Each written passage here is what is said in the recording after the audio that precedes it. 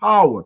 And to manipulate power is to manipulate possibilities. Welcome to the show. I'm your host, Antonio. We got a great show for you today. You want to stay plugged in. We got a great guest. Yes. Cleveland, we got a little dusting of our show.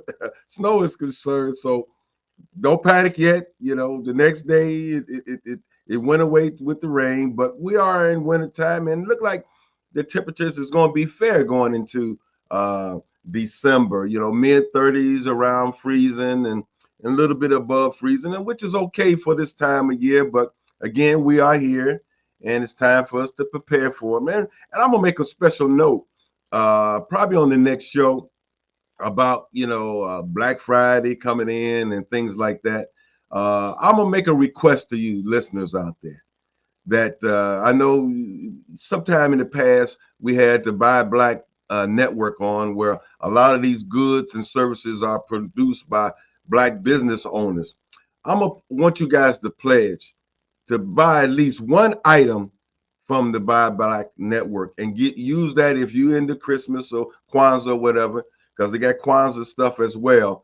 That reach out to the website, to that country and to that company, and buy one item of good or services that the Buy Black network provide. Let's not give all the dough to the same people that got their foot on your neck and you keep empowering them with your money like that, and hurt yourself and kill yourself on Black Friday trying to get those deals. Okay, let's pledge to do that. I'm gonna speak more about it next week. At least bring it up and maybe put you together with the site. In our remote studio, we got Brother Vince. Brother Vince, what's going on? Well, speaking of buying black, Larchmere Arts today from 1 to 6 p.m. Bonnie Venable and Rodney Carpenter have an art show set up in the studio, and there's all kinds of art in there, and it's all about Black people. So you can give your money to a Black business and walk away with a piece of art for your collection.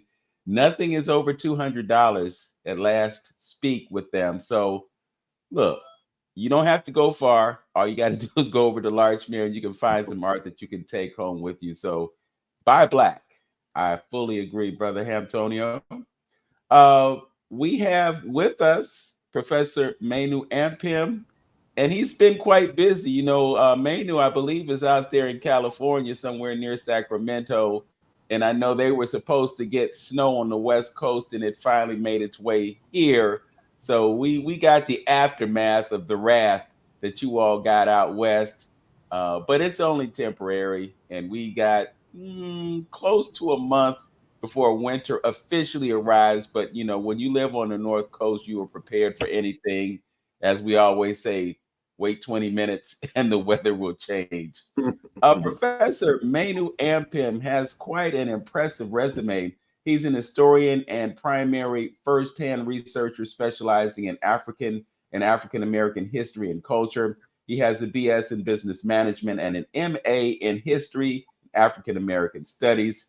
His master's thesis, The Revolutionary Martin Luther King Jr., is being expanded into a 2-volume work entitled Martin Luther King, The Evolution of a Revolutionary.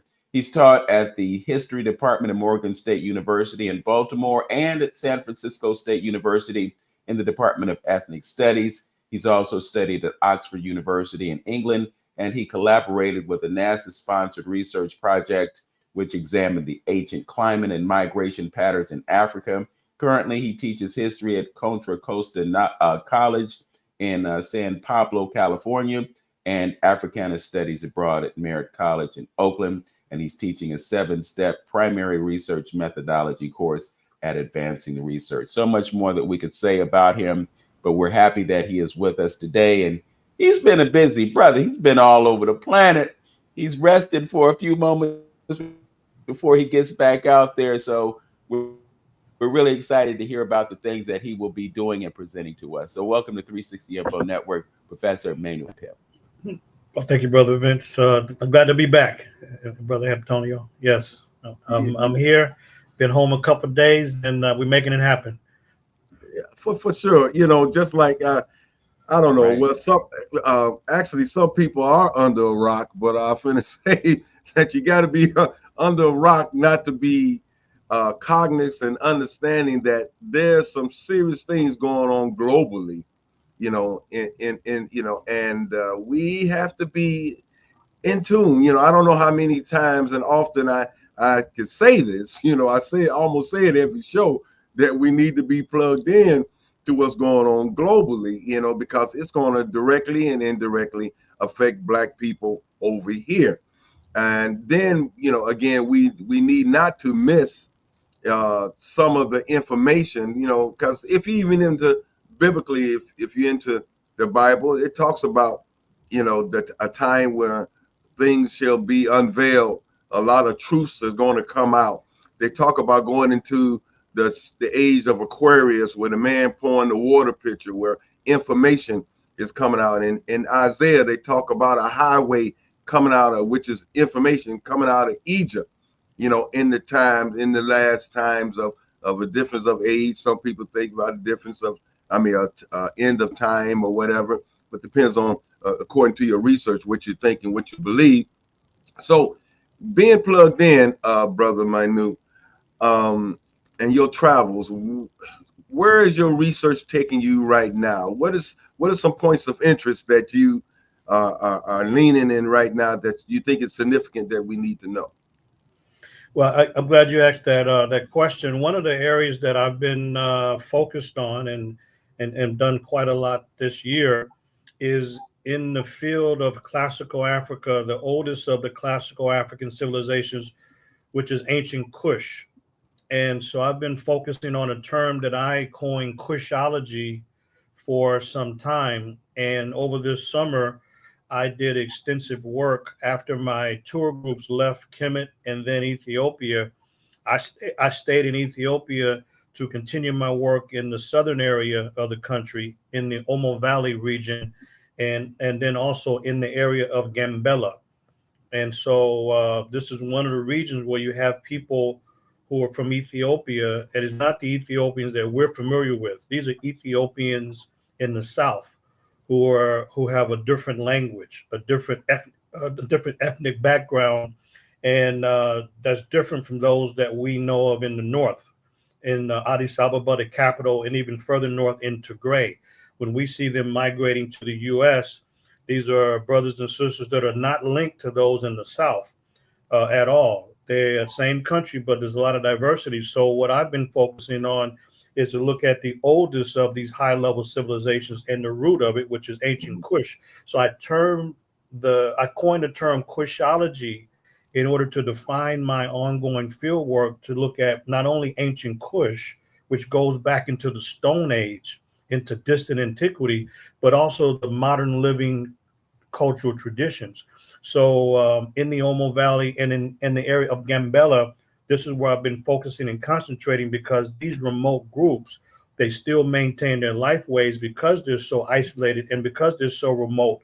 They're not concerned about being influenced by anybody, and they're certainly not looking to migrate out of their areas. So when I go to these remote regions to look at the living cultures that still speak a Cushitic language and still practices the life ways that go back thousands of years, this is not only in Ethiopia, but also in South Sudan. So I just came back from South Sudan, and it's amazing that they have an understanding of Kush. Like there's Kush Airlines in South Sudan, there's Kush Bank, but they don't know the origins of Kush. They know that they're part of that tradition. So here's how the brothers and sisters in South Sudan understand Kush. So they'll say, let's say a woman is pregnant and she doesn't know it for 2 months, 2.5 months, 3 months, she's not sure. They will say that that's a situation of Kush, meaning she didn't really know that she was pregnant. And that's how they will use Kush. So what's interesting is that we don't know the actual meaning of the term Kush. All we know is that it's an ancient term to define these people in not only the Omo Valley, but up south, not down south, but up south in the Nile Valley, and And so we know that these are Cushites. The researchers call them Nilotic people. What do you mean Nilotic? It just means they're of the Nile. That doesn't tell us anything. So what I've been focusing and concentrating on is the deep structure of their cultural life ways, their ideas, and their beliefs to find out the nuances that can help me to understand not only one group from another today, but can help unlock the past, because there's reliefs and other artifacts from antiquity that we see, and the people have the cultural markings across the forehead, for example, on the body. They have these cultural markings, so-called scarification,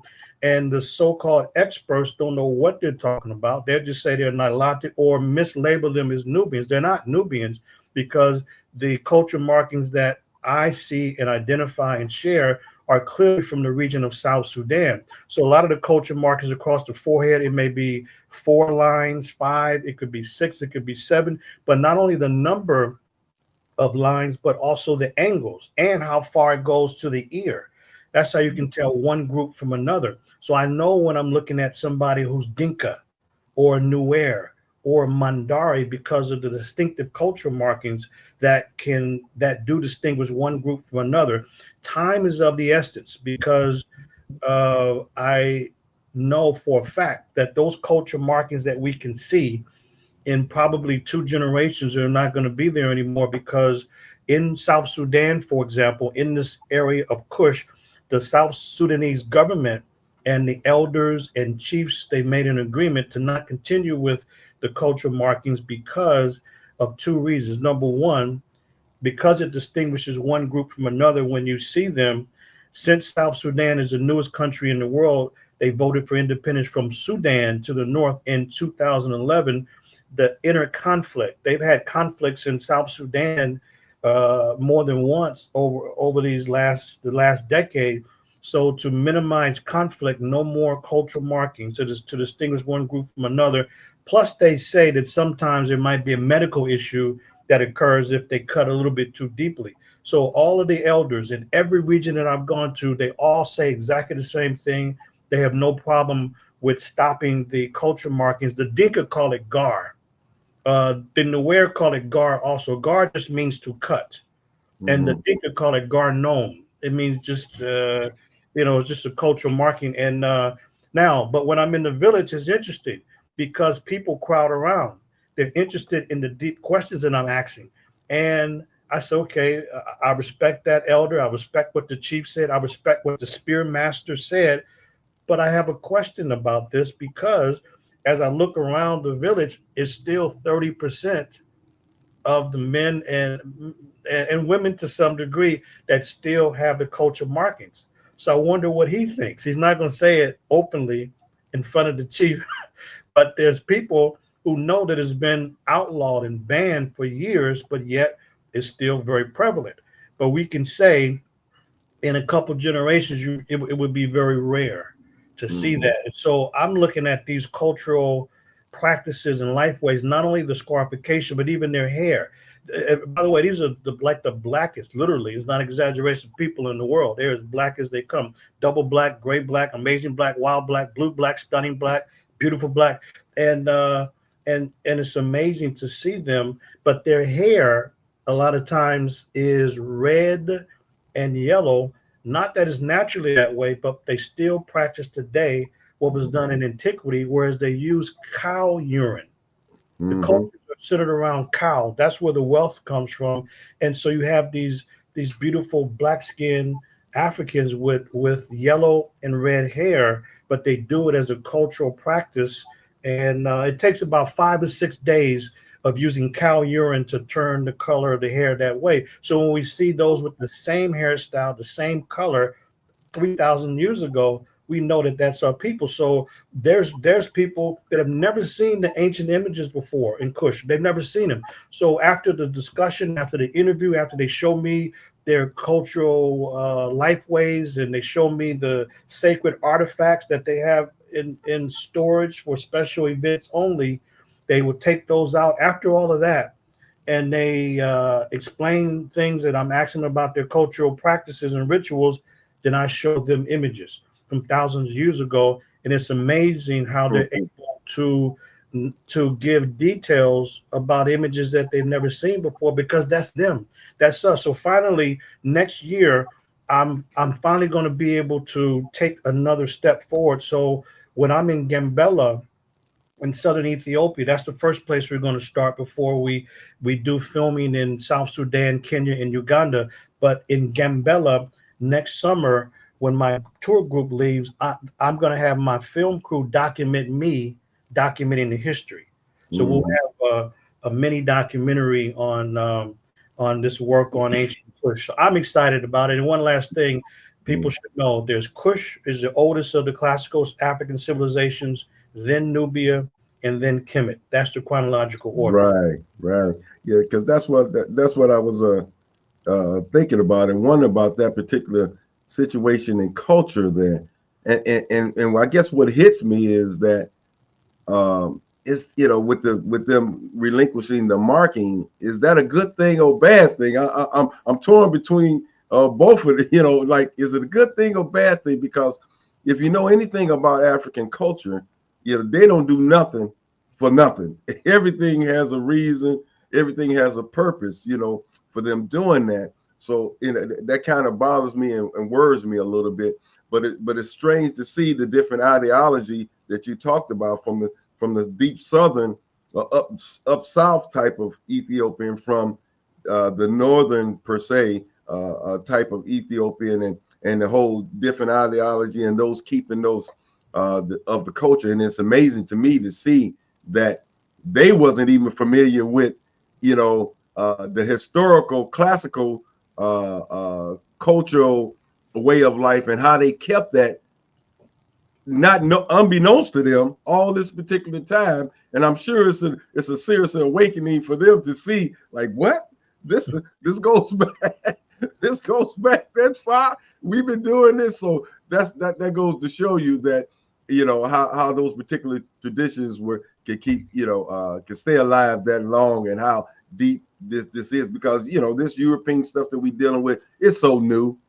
They're the new kids on the block, and we holding on to this stuff like it's the only way to do something, and it's so dynamic, and these people held on this stuff and was close to nature for a long time. You had a question, something, Vince? Yeah, I was just wondering, for the benefit of the listeners and for those of us who don't know, what is the source of the conflict between Sudan and South Sudan? Why does South Sudan want to separate from Sudan? Great question. So we're looking at Northeast Africa in the Nile Valley region. And for 30 years, Omar Bashir, from 1989 to 2019, he ruled the country as a authoritarian. So what Bashir wanted to do as the prime minister of the country, he wanted to impose Sharia, or Islamic law, on the Africans to the south, and they weren't having it, because first of all, most of them are they practice traditional African religion and spiritual systems, or they're Christians. So most are not Muslims. That's number one. So they weren't going to allow a strict Islamic law to be imposed on them. Plus, a lot of the folks in the north have no respect for these dark-skinned, black-skinned, tall, thin Africans, and some of them have an Arab mentality that comes from Arab culture, Arab influence, as well as the British imposing, helping to colonize South Sudan. And then what the British did, they made Khartoum, the capital, a place where Africans can gain some political influence. So some of them, they took on an Arab identity and start considering themselves Arab, even though they're just as African as we are, and then looking down on the Southerners. So you all probably remember, 20 years ago or so, there was slavery, modern slavery in Sudan, and the people that they were enslaving were the black-skinned brothers and sisters who were Dinka, for example. And I remember it's been 2 years now, when I met with 11 Dinka chiefs when I was in the capital of Juba. One of the things that they emphasized more than once, and I had to figure out why are they emphasizing this. The chief said that we're not slaves. We're more than that. And they mentioned that, and I was not thinking about the slavery from 2 decades ago, because I'm looking at them in their heyday, when they were at the height of their influence and cultural system. And then I thought about it, and I told the translator, hey, tell the elders that, you know what, that's what we have in common. Those of us in the U.S., we're not just some slaves either. We go beyond slavery, because if you start your history in slavery, the best you can be is a good slave. So what those brothers and sisters in the South decided to do is to break away from Sudan, because they weren't going to have Sharia imposed on them, and they were not going to be disrespected by those people who still have a problem with black skin, dark skin Africans. As a matter of fact, when I first went to South Sudan, what year would this have been? When I first went a handful of years ago, some of my most trusted colleagues in Sudan, because I had been doing work in Sudan since 2007, and all of my most trusted people. I remember we were we were just kind of eating and talking, getting caught up, and they all to a person said, "Professor, you cannot go to South Sudan." I said, "Why?"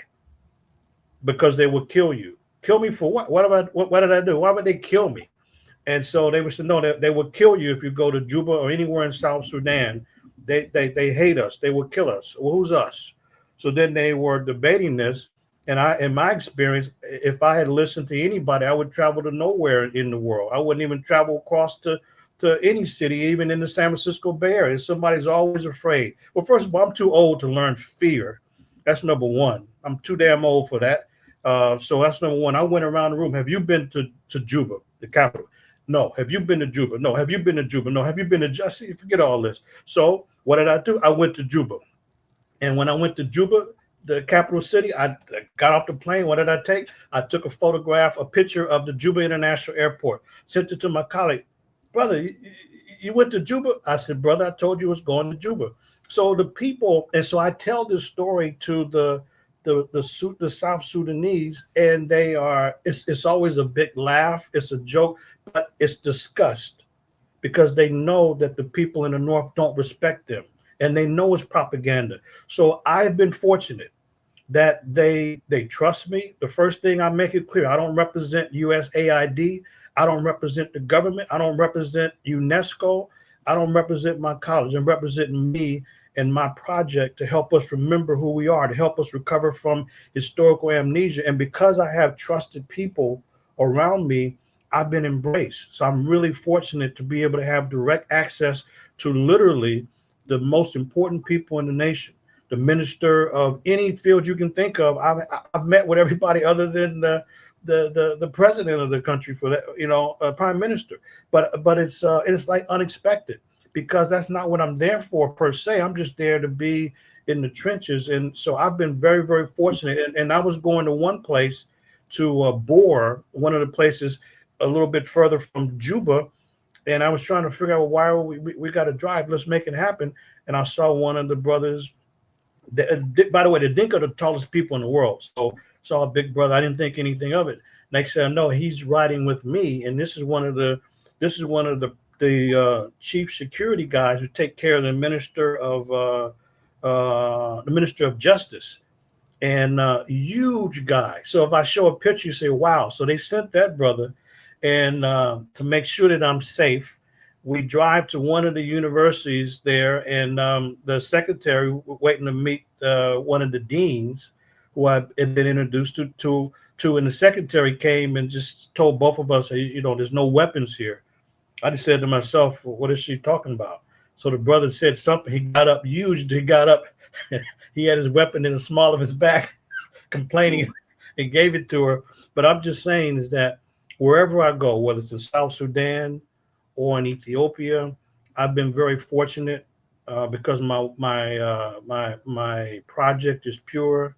It's not about money. It's not about prestige. It's just being out in the field. But I do recognize that these folks see me as valuable, because I'm helping to shed light and to help promote and protect their cultural lifeways. And they know that I have an opportunity to do so. And I'm straight with them, just like they're straight with me. That's why I can tell them what the people think in the North. Although that's not really my thinking. I'm just saying, hey, look, I'm here. Glad to meet you all. But this is what they told me. It just as a way to just let them know that Yeah, hey, yeah, who you are, what you're about. You know yeah, what? This is crazy, man. This is crazy because now, I don't know if you have time to even be bothered with that because I know it might just come up anyway because of your research because you talk about that divide. It almost sounds like divide and conquer again, and and with that particular propaganda because you're saying those up south, the southern people are pretty much keepers of the tradition. Somebody put that poison out there to keep them separated from their traditions and who they are and what they are. Because it was someone who came on our show. I don't know if it was Malefi Asante or Brother Sekou or whatever. They came in and was talking about how some of the Arab Muslims was having some problems with the African Muslims because they was weaving in some of uh, traditional spirituality into the Islamic type of thing, and it wasn't per se far as Islam is sort of keeping it pure. We was just like we do everything else. We gonna weave in some of our African culture into Christianity, into things of that nature. So that I find that very interesting that that divide happened, and now here it is, these two people residing in the same country and fearful of going down to mingle with their brothers. And of course, there was somebody who put that division there, and I'm sure it's for their best own interest. What's your thoughts on that? well, absolutely. And that's one of the things that's very interesting about the folks that I've had the good fortune to meet in South Sudan is that they know that they know there's a lot of anti-black propaganda against them, and this is why they voted. A very large percentage of them voted. You know what? We want out. We want nothing to do with these people, and they were right to make that decision. So now, as a new country, they have a lot of work to do, but they're flexible on some things for sure. They like when I go to a traditional event, like the biggest sporting event there is wrestling. So just like the Nuba wrestling in the past that people may know about, that you can see on the paintings and reliefs in antiquity, this is exactly what happens today, where champion wrestler will have a leopard skin around his waist, for example. You can see the hair with the yellow reddish hair, but it's a great tradition. So they take from the wrestling to traditional dancing. Everybody's just dancing, and the energy is absolutely phenomenal. But so when I'm there, it's thousands of people there, and these cats are so tall. So I don't know them. They don't know me. They know I'm not of that area. So what do? I would say 3 out of 4 people, they're doing whatever they need to do to make sure I have the best view of the wrestling, and so because they want me to know, and then I can ask questions of clarification, about each round of wrestlers. But it's absolutely phenomenal. So they represent their culture. They respect it highly, both the men and the women, boys, girls. They have the utmost respect for their traditional life ways, but they understand the need for national unity. They know that. At the same time, they will not hesitate to kill somebody. So, for example, the elders, they say, hey, to not continue with the guard, we're okay with that. And they mentioned that. They mentioned some changes with that. Then they also mentioned too, one thing you can notice is that what they do with the teeth. So they'll take out the lower teeth, maybe the lower 3 teeth. Some might do 2 teeth or something like that. Some groups might just kind of create a gap in the teeth. So that also is a cultural tradition. They said they're even willing to do away with that, removing the teeth, because there could be medical issues. Okay, so they're fine with that. But what they are not going to compromise, they said that if somebody wants to sneak into the village and have relations with one of the young ladies, he will be killed. They Mm. don't play that. He will be killed. And you know what? Hurt, get out of here. You need to go. You're not of us. So this is how they really make sure that the kind of perversion that we're dealing with here, the pathological perversion, is absurd. And and the only thing that I wouldn't say defend, but to make sure I wasn't associated with. I remember one time these 11 Dinka chiefs said they were complaining. They said, we don't like America. We don't like the values. And they were complaining. So why do you all do this? And he was talking about this absolute perversion that takes place that's now normalized. I say, I don't agree with that either. So no, it's not me. Let's explain. I agree. This is promoted. It's becoming more and more common, but that's nothing to do with me. So, but thank you for the question. So, but they are very clear about the family values and community values. That's completely different than maybe not continuing a ritual of cultural markings to link the young lady to the group through new womanhood, or to link the young guy to the group or tribe through manhood. That's totally different than somebody just going around and completely violating the morality of the culture, and they will kill somebody. And I know that they're right about it, because I've seen in southern Ethiopia, I go to the groups, and you have some people that are on the Ethiopian and the Kenyan border, the Desanage, tall, but same tall, thin. They're not of the north; they're of the south. And the guy has all the markings on his body, and more than the others. I asked, I said, hey, what's the explanation of all of the culture markings? And they said, for each one you see, he's killed somebody. That's okay. Thank you very much. Let's move on to another set of questions. And the cat had his spirit very serious. So on certain things, and why would he kill somebody? Because it's someone is threatening the livelihood of the group.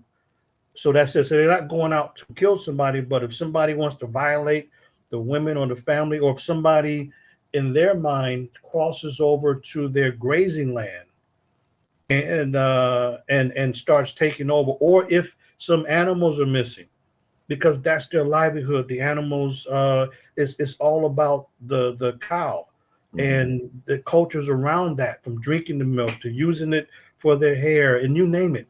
It's just centered around wealth. Like one of the great elders, his son called me Cole, and Cole is 37 years old. Told me that his father found him a wife, and he needed to come up with a certain number of cows, so he needs a little bit of help. I said, well, how much does one cost? So I had to get all of the details.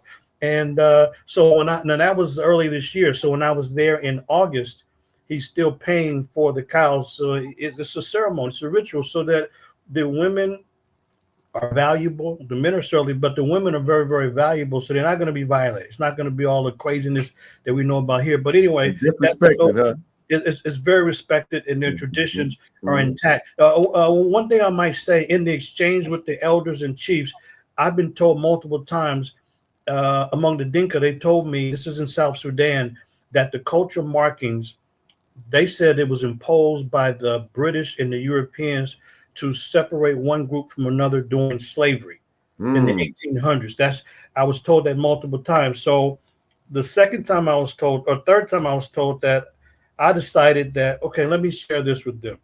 So I humbly showed them some images from 4,000 years ago with the culture markings. So what I told them is that I don't know the specifics of what you are referring to, but maybe you're right that the British had something to do with exacerbating the problem. I said they didn't create it, because here it is thousands of years ago. So it's an exchange, because I would not have thought that anyone would have assumed the British created that tradition. They did not. They might have exacerbated it, made it problematic, but they didn't create it. So in showing that, you should have saw their face. That's why I need the film crew there to document all these kind of interactions, because they're special. They're absolutely special, and they tell a story that is absolutely phenomenal. So I look forward to taking the work to the next level and really having people understand that we have to be able to recreate the cultural traditions that have held societies together. They've glued them together. So it's not just going back for nostalgia. Oh, no, not at all. It's about learning what it is was the cultural foundation, the glue, the value system, the practices, the ceremonies that allowed them to be great. So we're not looking to rebuild pyramids and temples and great structures in Ohio or California or any other place, but we're looking to take the values and incorporate that into what we do in the way that we see things. So that's what's valuable for us, is to be able to create a more holistic story of the beginnings of our high level African culture, because then we'll be in a position that we can recreate it today in terms of our systems. Because right now we're in turmoil. We need a council of elders. We need highly respected people, I don't care where we are around the U.S., so that we can begin to function as a healthy community. Because right now we're not very healthy. And when I see these groups, you know what I see? If we don't hear anything, we just look at these groups, one thing we will always see is laughter. Always. There's laughter. There's happiness. There's welcomeness. Even when we go to the most remote of the remote communities, you think the brothers are armed? Of course they're armed. Are they stressed out? Absolutely not. These brothers are as relaxed as they come. Have they seen me before? No. Sometimes we make advanced arrangements. Sometimes we don't. Doesn't make any difference. They still treat us the same, and that's what's so amazing. Nobody has an issue, because first of all, when they think about America, they think about somebody white, somebody of European descent, and so they're skeptical. So we learn not to mention that. I told my buddy, no, brother, I'm not an American. I'm an African in America. So let's be very clear. I'm an African. So the way we explain it, I'm an African. I'm coming back home to help us learn about our traditions. And then they're totally open up to you then, don't they? Totally open. Yes. So that's what we want to be able to do, is to help us recover from historical amnesia and recreate the holistic story from Cush, Nubia, and Kemet, and how we were at the apex of human achievement, and how do we get back to that point?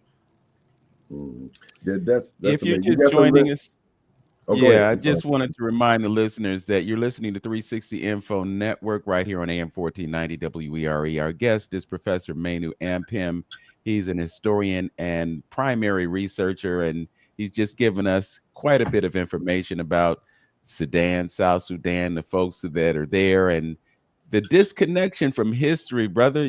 It's interesting when you talk about history and the fact that some of them are unaware of things that happened in their past. And as you were speaking, you mentioned Cush, you mentioned Nubia, and you mentioned Kemet.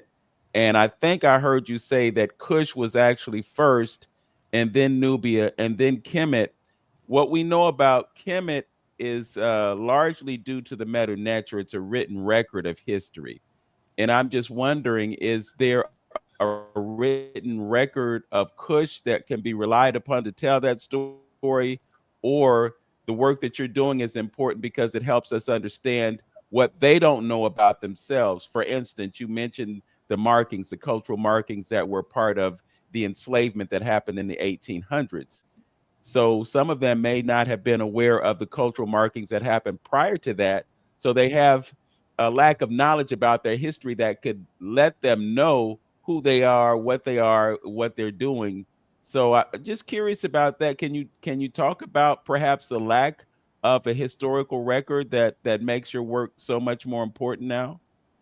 Yeah, I appreciate that question. When I first started the field work in the Nile Valley area back in 1990, so it's been been 3.5 decades. But when I first started, I started looking at all of the monuments. I went to pyramid sites, temple sites, tomb sites, ancient residential sites, and then also museums. So I had gone to all the museums in Europe that have stolen African artifacts. But then when I started to do the work in the field, it was a look at all of the ancient artifacts. And then so I went from Kemet in the north, and I had to go further south to Nubia to learn more about the origins of Kemet. Then I recognized I had to go even further south to look at the origins of ancient Nubia. And so I was focused on monuments and artifacts from the civilizations of the past. I recognize that the elders and a lot of the who know things through the oral history and traditions, but also the practices that are continuing today, are very vital. So what I've now been able to merge is not only the artifacts from antiquity and reading the Medu Neter which is important. But the languages to the south are not just oral history. There's written script. There's the script from Merowe, the Merowitic script. And so some people think that they now can begin to decipher it, but it's the same Medunet, the same kind of glyphs, but the meaning is different. And so being able to translate accurately the Merowitic script, that's an important field so we can read the records directly. And it's probably going to take maybe a bilingual or trilingual text where we have the same message in known languages that you can match them up with Merowitic and be very clear about the meaning. So the language is important, the antiquity is important, but now what I've been able to do and have been doing for some years now is being out in the field among the living communities, interviewing elders, interviewing chiefs, interviewing a group of people that they call heroes. There's cultural heroes. Some people, some listeners may know about, because it's been used here in the U.S. maybe, I don't know, the last 5 years or maybe more.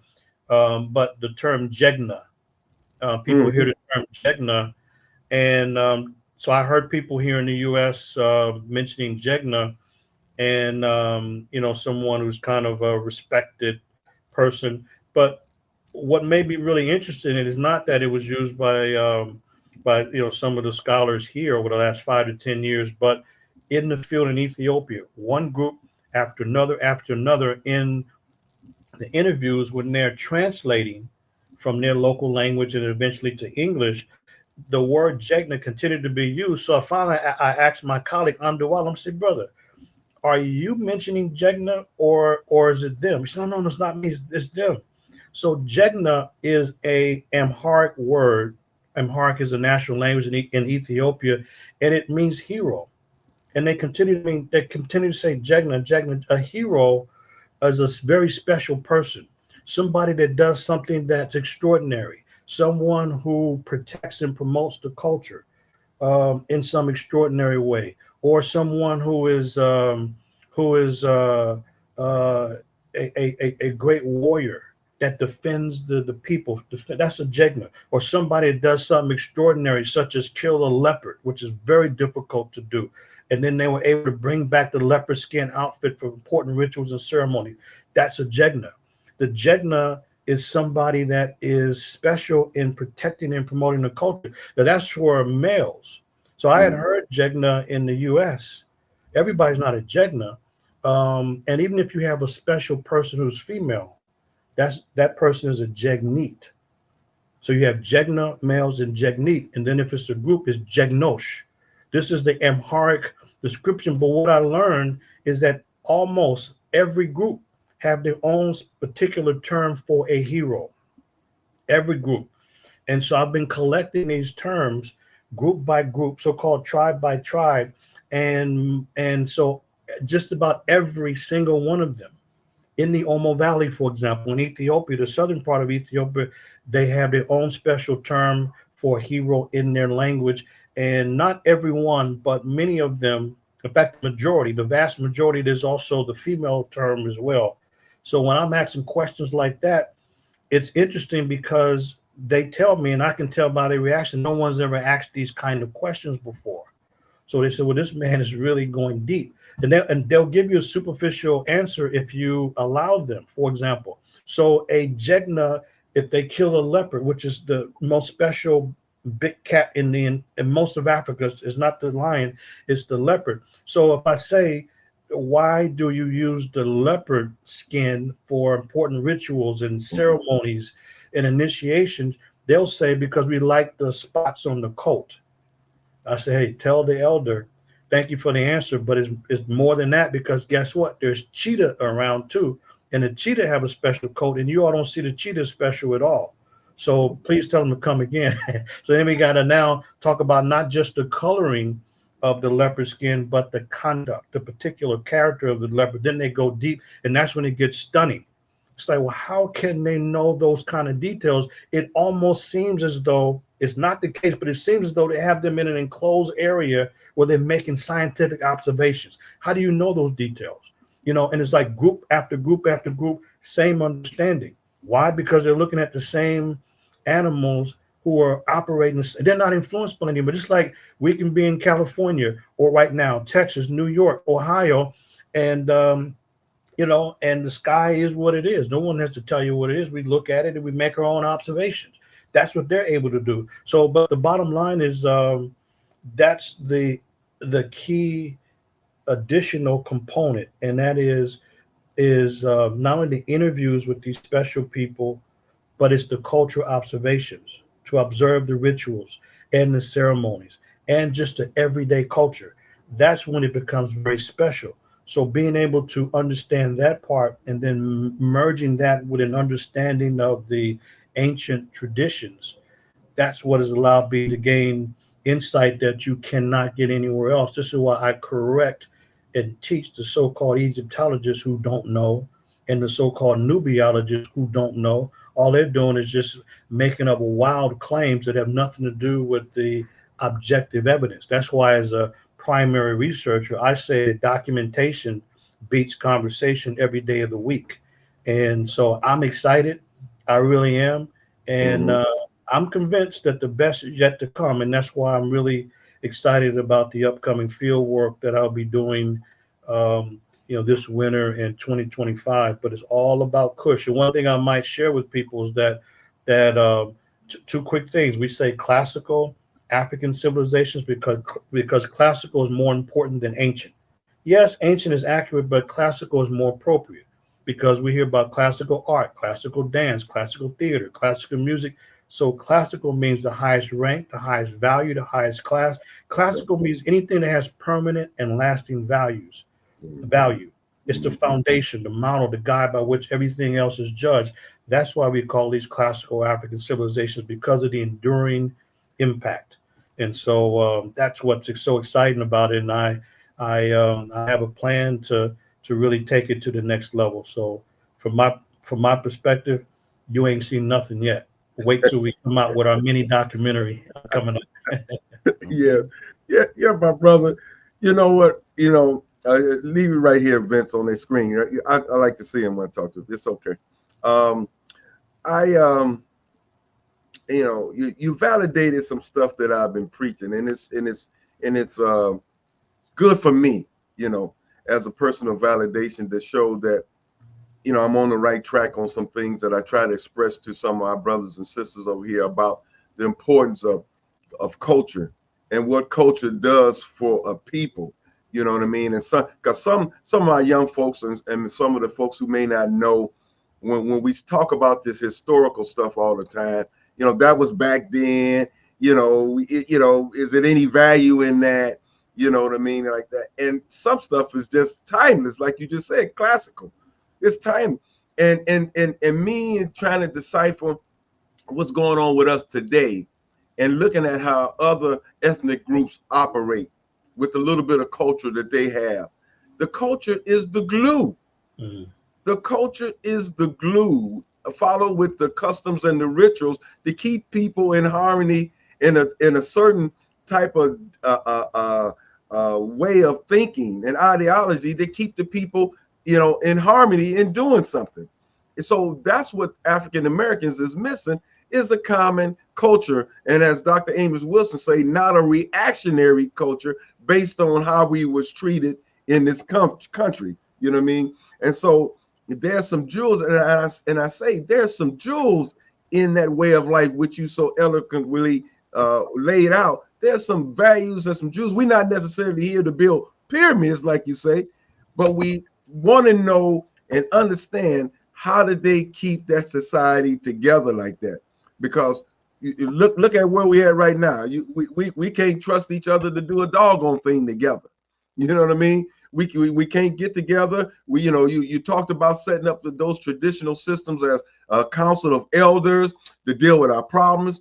And how I used to always define it. What does a culture do for a people? It teaches you what the purpose of a man, what the purpose of a woman, how to resolve problems, how to do business with one another. You know what I mean? That's what Black folks are missing today. You know what I mean? And they work so hard to keep you out of that and to wedge that division between because the only way you can make a good slave, you You got to get rid of all that stuff and take you away from your base and demonize it so you don't even turn around and even look at it. And lastly, it's I know we closing up. And lastly, is that it's a shame, and we need to understand that as African American people, because we seeing it right here, that those when he came in to colonize everybody, they're not even taught their own history there. Just like we barely get some trickles of our history here, of the things that's been done. So we need to, as African Americans, need to understand that they denied them their history. It's not to their benefit to let them know how great they are, what kind of societies that they have. So a lot of the stuff like you just said, it's an amazement to them, because a lot of times they don't even know why they're doing some of the things that they're doing. So it's amazing, my brother. Appreciate you, Well, man. Go ahead, I just want to amplify something that you brought up when you talk about the glue and culture, and what Professor Ampim shared with us about their cultural integrity. It is an indicator of their ability to have self-determination. They said, don't bring that alphabet soup stuff here because we're not having it. And Right. it's partly because they know what their roles are. They don't need someone from the outside to come in and police them and tell them how to live. They already know how they live. It's a part of how they live.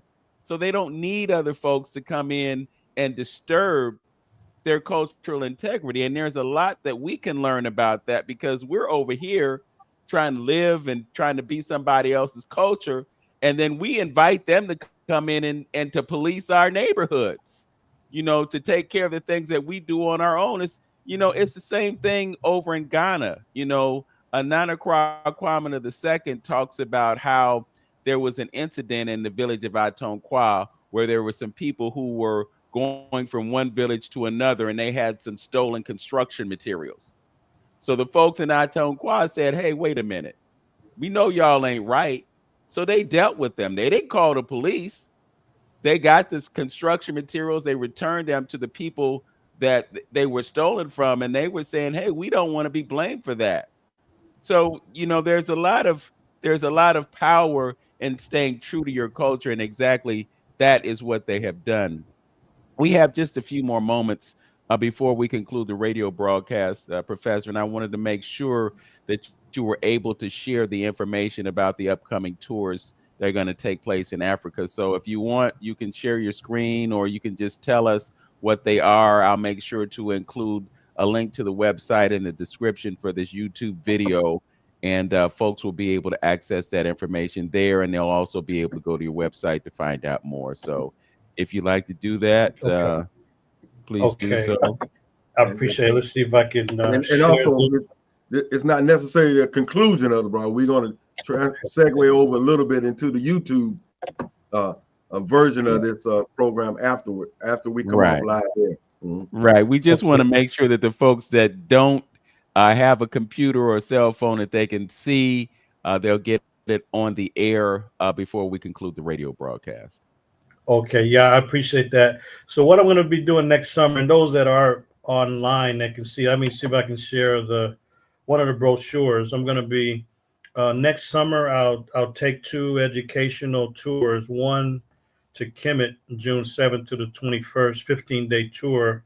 So that's open. People can always contact me at Manu Ampim@gmail. That's probably the easiest way. MANU. And then AMPIM, Manu Ampim@gmail. Also, social media. You can find me on Facebook, YouTube.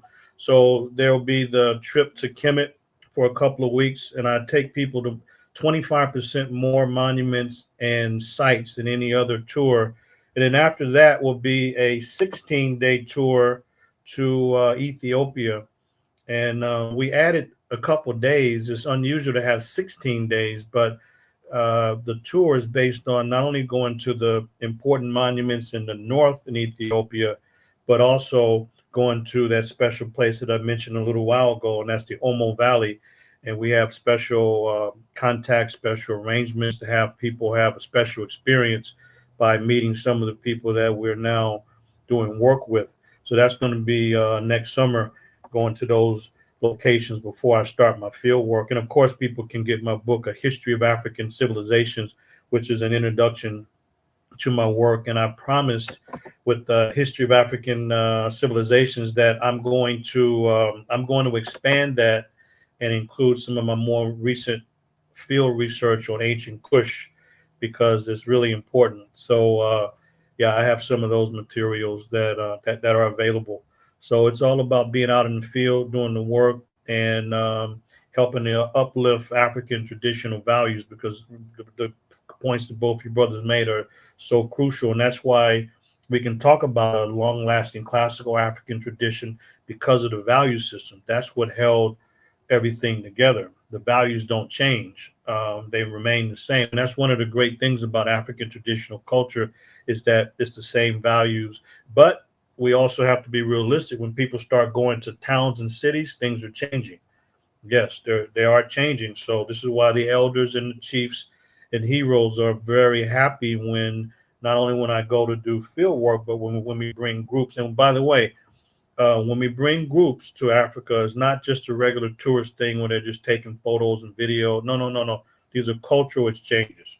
So when we go to the villages, for example, phones away, cameras away, put them away. We go in as family members that we talk and learn from them. They have their songs, welcome dance. It's a culture exchange. We learn their names. We learn about them. They learn a little bit about us. And at the end, if you want to buy something, maybe, and at the end, we'll take photos. So it's a really different experience, and I'm glad to be able to share that with folks. So you'll come join me next summer if you're interested, and you can reach out if you need more details.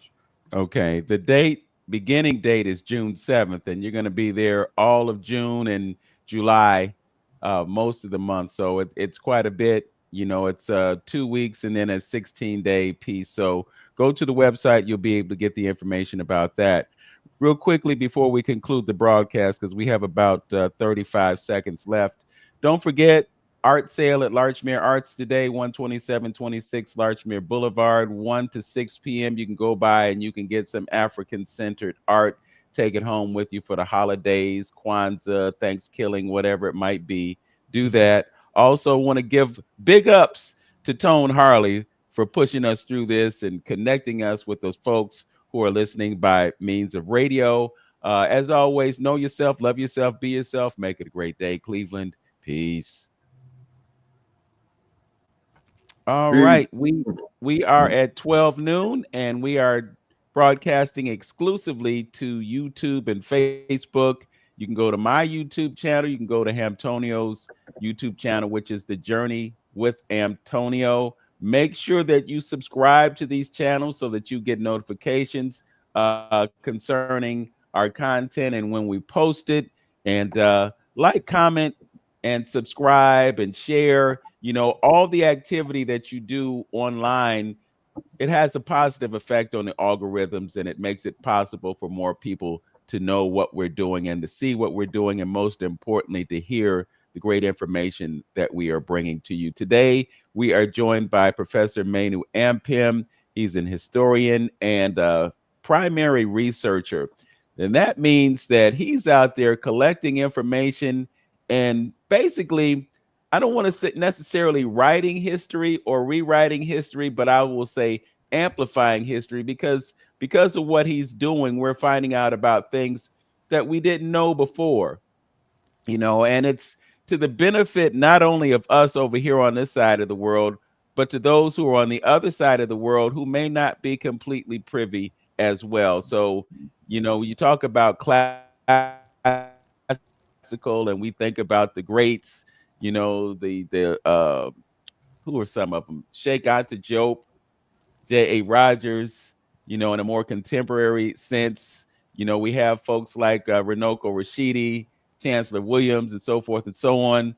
All of these people have played a key role in giving us a certain sense of identity. So I can't overstate it, Brother Manu. Your work is extremely important, and we have to do everything that we can to let folks know who you are and what you are doing. So we are definitely happy to have you on Yeah. this platform. And we thank Brother Hamtonio for bringing you into our consciousness, because Yes. before Hamtonio, brother, I'll be honest with you, I hadn't heard of you, but now that I know who you are, extremely impressed and extremely grateful for what you do. Antonio?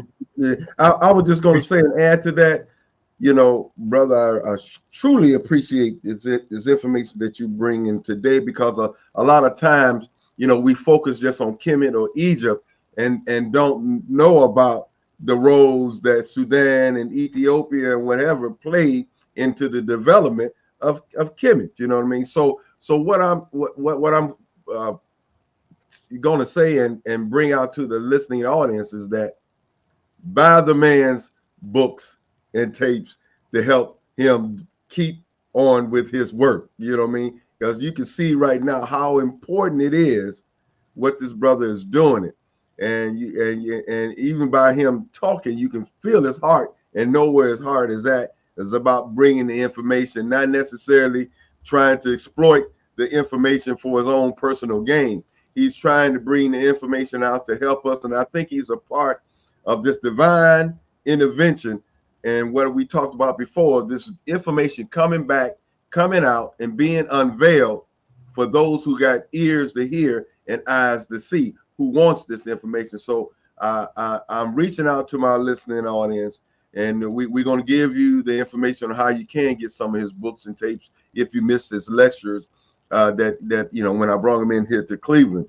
So reach out to the brother, buy his books, and even make a donation to the brother to help him with his work. Appreciate so that's it. something I want.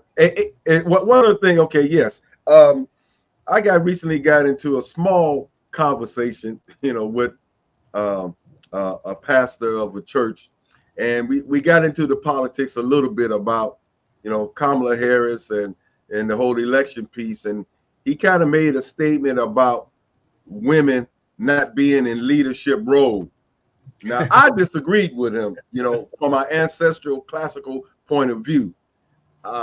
Could you elaborate on that? Because I'm gonna send this tape to him after and let him know the type of discussions that we have. Because he claimed to be an historian. He said he was a historian, and I said I was a lightweight historian, But so I had to clear up from my point of view, from my studies, and hopefully for him understanding and seeing that you there on the ground, talking to these people, and you're a researcher.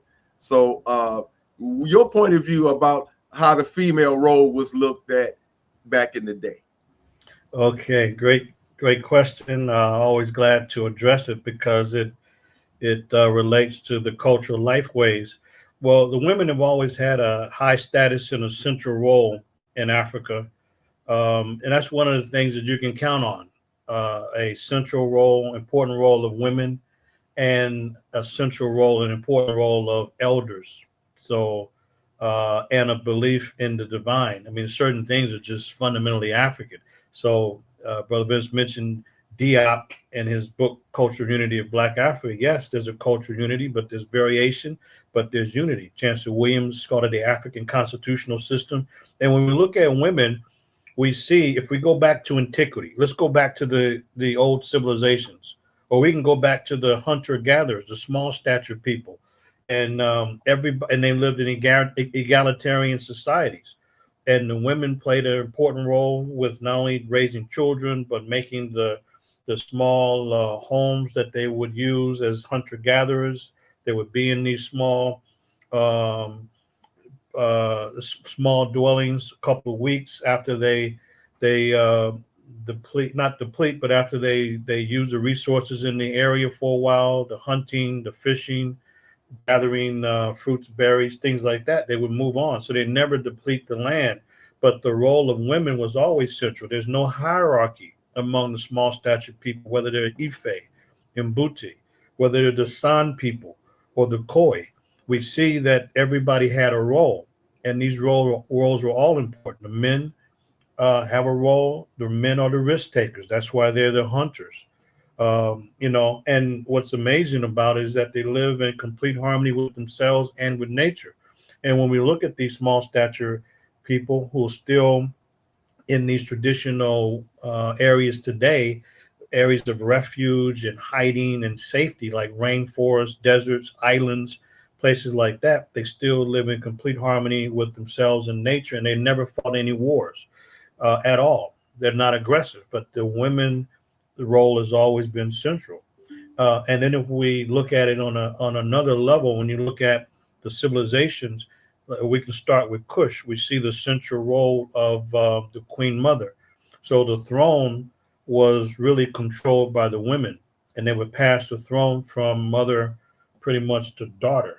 That's how it was. So the mother was always in charge. And when we see the images of somebody being installed, like Asphalta or Taharka, whoever it may be, one of the Kushite rulers, the person residing over the ceremony is always his mother.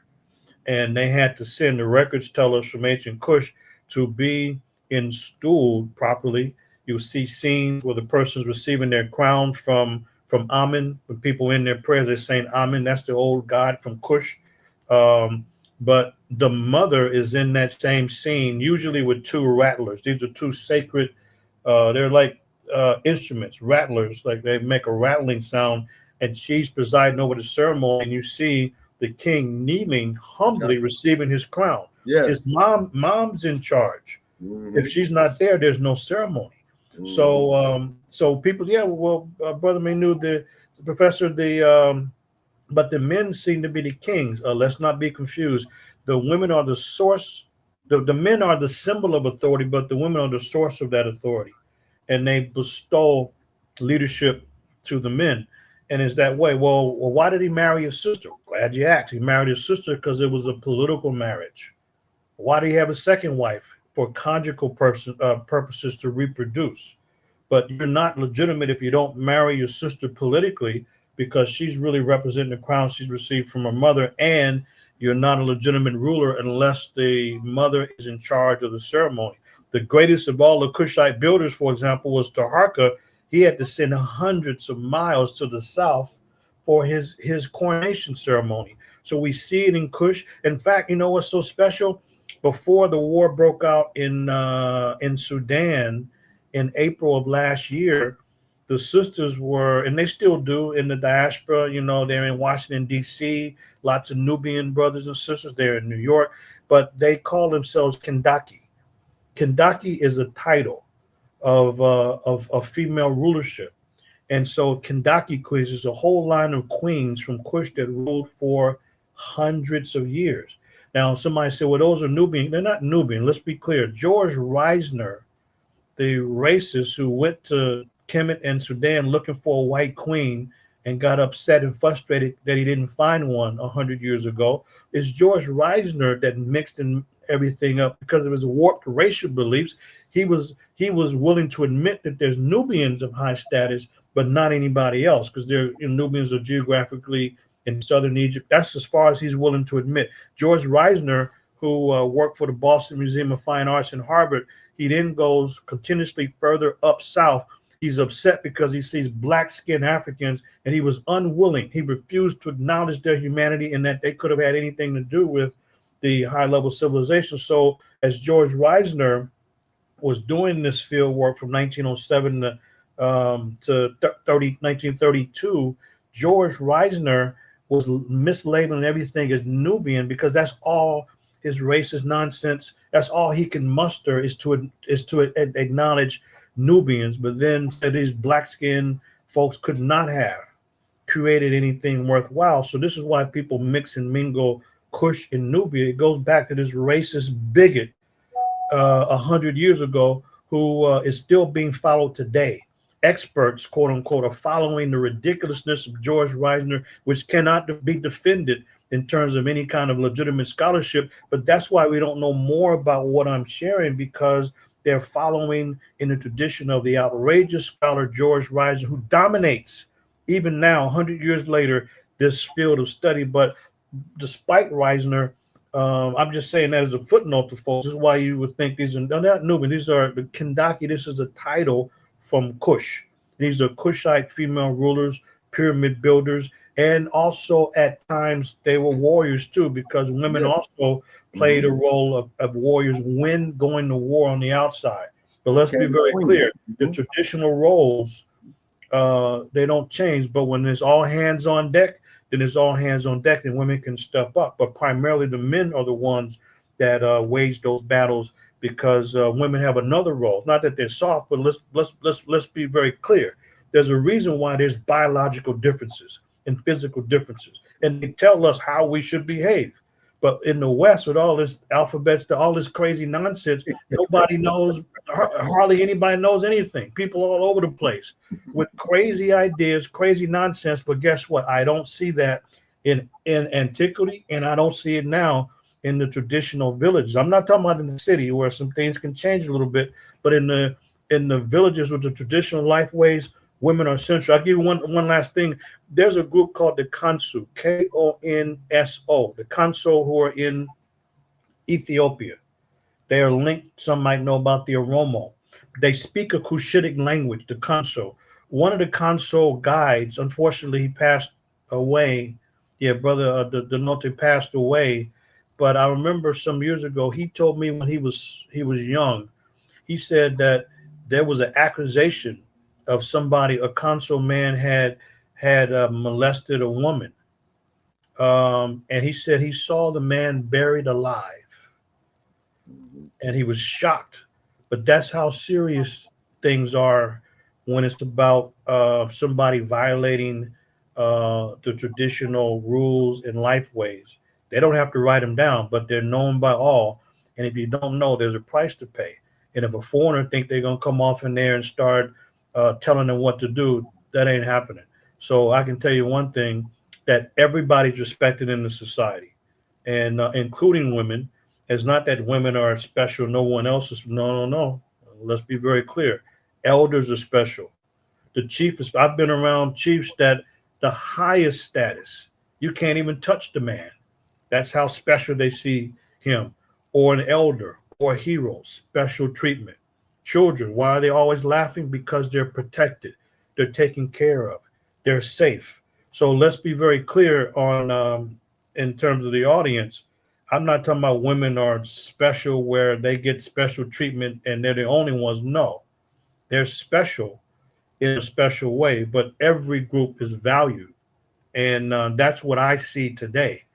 And so, like, you don't just have direct access to the women. You go to Nubia, and there's series of there's layers. You're a visitor, yes. You're outside in the courtyard, that's fine. And you may see the women, they play their role. They don't see it as slavery. Some of the young sisters do today. Sisters in their 20s, 30s, and 40s. If you serve, then they foolishly think you're a slave. So you can't come and ask or come and bring tea or snacks or take someone's coat. They see that today in America, too many now, even in our community, as slavery. Whereas folks who play their traditional role, they love this because they understand it's about humanity, it's about hospitality. And women, look at the physical structure, they're better nurturers. Why would they not be? We don't have the ability to create breast milk and all that, but people dismiss the obvious because they have some kind of ideology or political agenda. I don't see that in the village environments. It's just everybody plays their role. They welcome people. It's they don't have a lot of material things, but guess what? I know they're not dying and suffering from stress and dying from heart attacks and strokes. I don't see that at all. They may have some other issue that may come up, but not stress. And nobody's complaining about their role either because they understand that that's how the societies remain harmonious, and there's nobody who's being exploited in any kind of way. This is what they naturally do, and so that's what's really, really important about. But female rulers, a long tradition. Oh, and I should say this: in Kemet, I have a section in my book, The History of African Civilization, on the 5 female rulers in Kemet. There's 5 of them, from the first dynasty to the 19th dynasty, and the women became female pharaohs, female rulers on 2 scenarios. One, if there was no male heir at all, the woman would step up, become ruler, and stabilize the throne so there's no chaos. And the second scenario, if the male heir was too young, then the woman would step up, become ruler until he was of age. So 5 female rulers from Mernith to Sebek Neferu, to Nicakurti to Hatshepsut, and then we have Tawozret, the fifth of the five female rulers. And guess what? In Kemet, we go and we see the mighty monuments of Queen Hatshepsut, who was ruling in a tradition of powerful female rulers. And Tawozret was buried not in the Valley of the Queens, but she was buried in the Valley of the Kings as a legitimate ruler. So, so the brother really needs to understand that women have had a high role politically, as priestesses, very, very powerful, and and extraordinary titles. Like, for example, I'll just end here, but one of the titles of the women was God's wife of Amen. Mm. God's wife of Mm. Amen. So it's a spiritual title where she's married to the deity. And so there's shrines in the honor of these women. And in Kemet, in Kush, this is in Kush, but in Kemet, again, we have this line of rulers, and then we have the line of Kandaki rulers in Kush. Wow. I'm glad you brought that up because I was going to ask you, you discussed the political aspect of the female. There are some of us who ascribe to the idea that God is not male or female, but God is both. So I'm just curious what you know about what their perception of or idea of what God is. Great question. Their perception of God is balance and duality. So as they visually present the creator, you never see just male at all or just female. There's all you see the creator and his wife. They're always together. So Amun and Mut, they're together. They're one. They're a couple. So the African concept, whether they show it visually or it's the creator has different dimensions and different aspects. So to say he and mean only male, that's not a traditional African view and belief, because there's the duality that creates life. The problem that some people may have is that if they are Christians and they're not able to think outside of what's been shared with them, then they will follow the Christian Trinity of the Father, the Son. You got two males, and then the Holy Spirit. Where's the female? But the oldest Trinity in the history of the world comes from Kemet that we know of, and it's Asar, Aset, and Heru. So that's the first and the oldest known and oldest documented Trinity, but there's always the balance. So this is why you have male and female powers and deities, and you always see them together. Even like, for example, and this is not just in Kemet, but it's in the region. It's in the entire region where the female deities, and it's like as above, so below in the community and in the society. That's why you have queen mothers, and that's why you have women of extraordinary status, because ain't nothing new. And I always share with my students that let's use original words and terms rather than a Greek word. So if we say Asar, his wife Aset, and then Heru, the name Aset, her symbol is literally a crown on her head. I'm sorry, excuse me, a throne. Sorry, a throne. Literally, it's a throne on her head. So a set literally means to rule. Literally, that's the literal transpire. Wow. Wow. Yeah, it means to rule. So so it's the goddess is set. You see clearly a lady, and the throne is on her head. And sometimes it could be the throne by itself, but it represents the status and the most important symbol of a set, which means to rule or throne. That's why to say Isis, it doesn't mean anything. It's just a Greek corruption of the word set. So this is why it's really important. So when Asar is running Kemet, he's the first person to die and resurrect. But anyway, when he's ruling, he leaves Kemet according to the story. He teaches high level values and so-called civilization, architecture, agriculture to other groups. And when Asar leaves, it's a Set who runs Kemet while he's gone, according to their own text in Kemet. So she is intimately and directly associated with running the nation as a legitimate ruler and represented with the throne. So we can look at many traditions, but the political aspect is always very important for women. Yes. And the other thing too is that there's a certain level of respect for women. You know, you talked about that person who lost their life because they violated someone, you know, and part of the issue that we have in our society today is that some of our sisters don't respect themselves and they don't demand respect from the brothers. The brothers don't value them to the extent that they should because they don't understand the beauty and the attributes that a woman who is conscious and aware of herself and her power presents to them, and the benefit that that woman provides to them. You know, we call our sisters B's and H's and all that other kind of stuff, not really respecting who and what they are. Well, see, Absolutely. you got Let's make this quick point. And here's the thing that older brothers or older folks may or may not be aware of, but we now have a big challenge, a bigger challenge than what we've had before because of social media. Now, if you're not the women, if they're not presenting themselves as a modern hoe, they just call themselves a 304. There's hold up. So, so if they're not presenting as a 304, they're out of step with what's expected.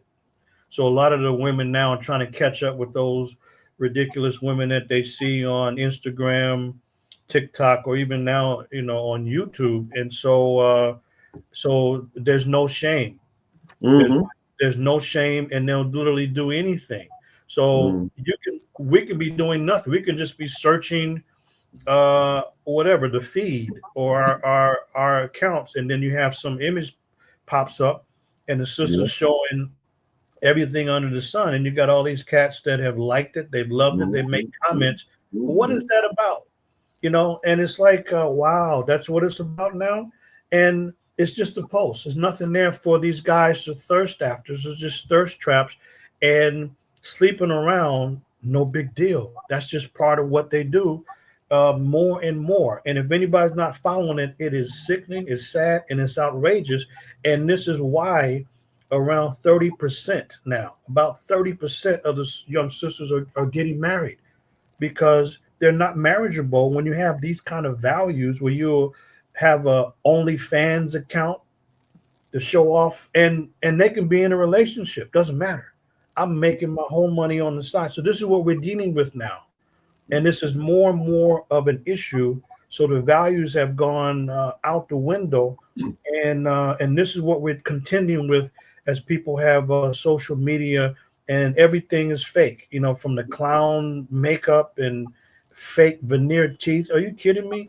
And everything's fake, and that's more and more the norm. So that the club culture, street culture has become normalized, and that's not an exaggeration. There are thousands of videos on this nonsense. So this is what we're contending with now: is how do we redirect this? And it's a challenge. It could be done, but we really have to challenge those to stay out of these thirst trap type of situations, and do something more positive. So I like some of the brothers now, and I mean, let me change this: not just brothers, but men across the board are rejecting it, regardless of ethnicity, because they understand that they're being trapped into this kind of craziness. They see all of these goodies.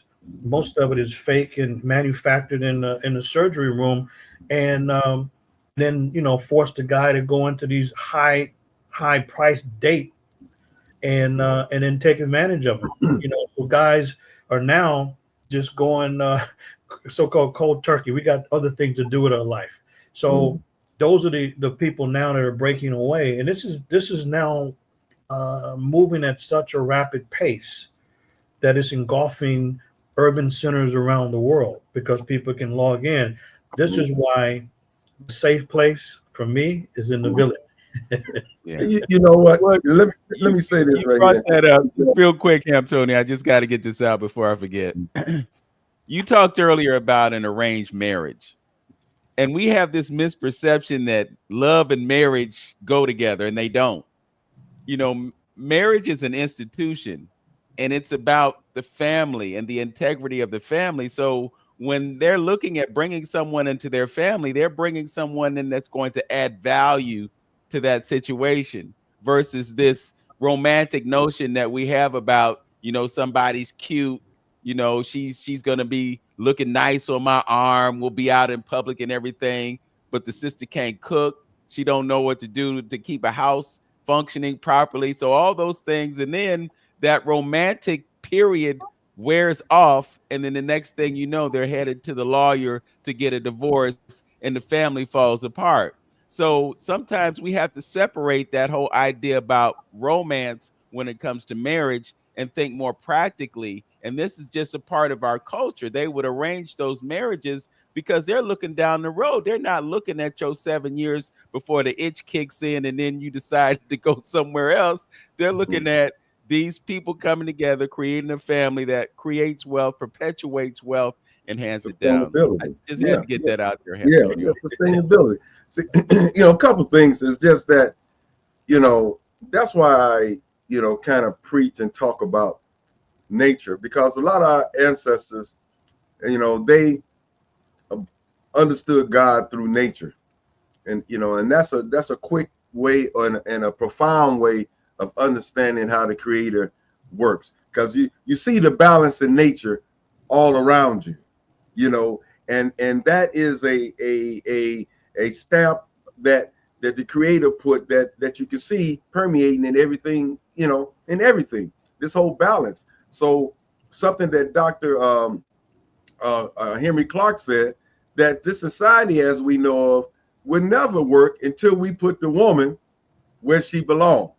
You're talking about balance, and in some ancient Egyptian texts that they talk about, when we talk about the woman, with women being the hero of the word, and men was to do it because they brought forth life. And if we understood with nature how important life is, you see the divine role that the woman play in this whole thing, and this society is concerned. You will see that. Now, the question that I'm about to get, and with a statement that I'm about to get in a little bit of trouble with, when you talked about some of the contemporary stuff that we're seeing and things like that, again, some might know where I'm going. Who is producing all of this madness? Who is in control of all this media craziness that black folks, because of their shortcomings here and there and wanting money, they jump into going along with it because they're getting paid, But who put up these platforms, or who's promoting these records? Who promoting this entertainment world that we find is so devilish, that is not fair, with bad contracts, taking people money, and doing all this ill stuff, talking about selling folks selling their souls to the devil and all that. Who is responsible for that we are so afraid to say something about? Please, folks, listen. You know what I'm talking about. You know what I mean? But I got the new word for them, the untouchables. And so that's why I lean towards back, all these stumbling blocks, all this craziness that we are, and we're going so far away from who we are and what we were, that it's a lot of good information.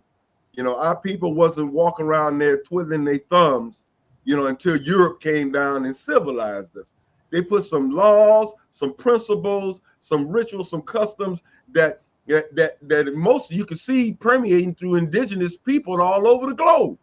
They understood those things.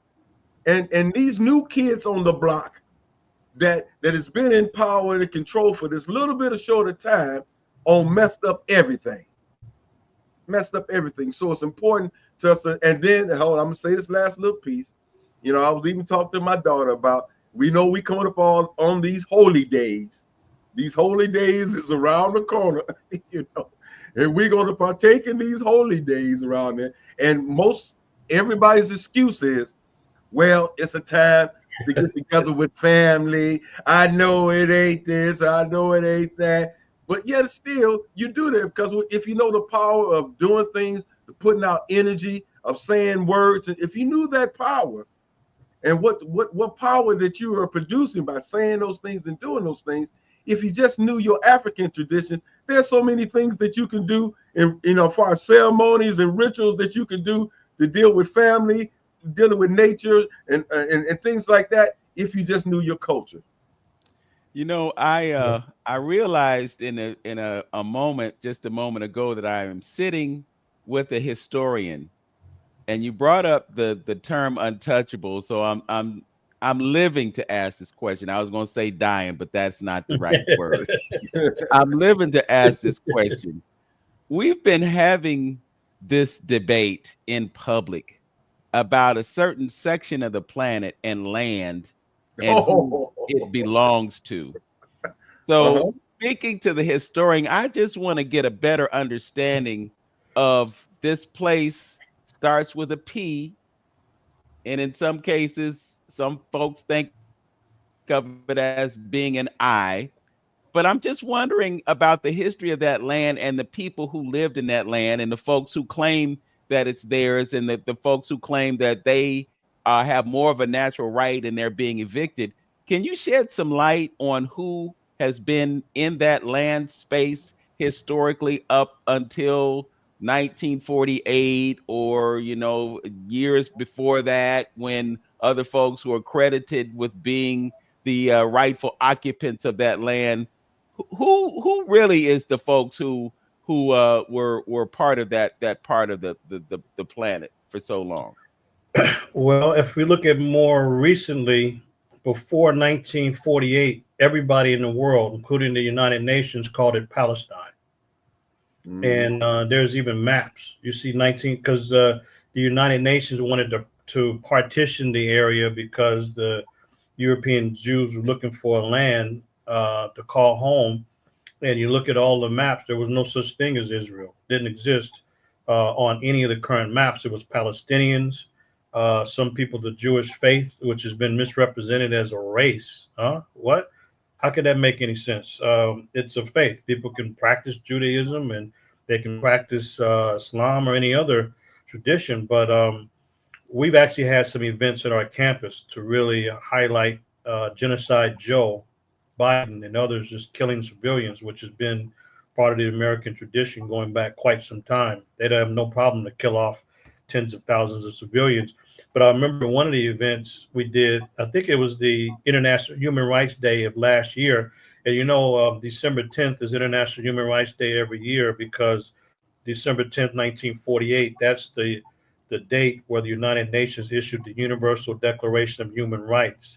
And so we had an event last year, and and one of the retired Jewish professors didn't like the presentation, and she said that she was justifying to wipe out people because apparently they were there, and she gave a date 2,000 years ago. I said, "That's all you can go back."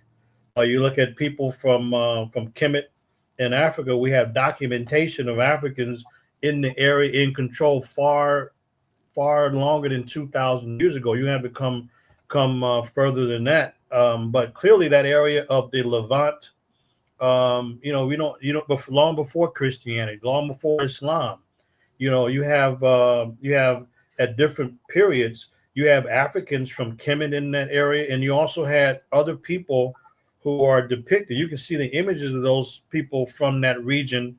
They're lighter skinned than Africans, but you see Africans, Moses the Third, you have Sinwosret and others who who had rulership in that area, because where you have Egypt is not that far. I mean, to the north. So at times we were in control of that area, Palestine, so-called Israel, that region. But it depends on what era. It's some political eras. Certain groups are in control, certain are not. But if we go back and we have definitive records of Africans from Kemet being able to extend their rule to that area, and it's always after invaders come in. Invaders come in and they have to extend their rule with military force, and we actually have text that indicates that. So we can go back and look at that just from a point of view of a state or a political entity.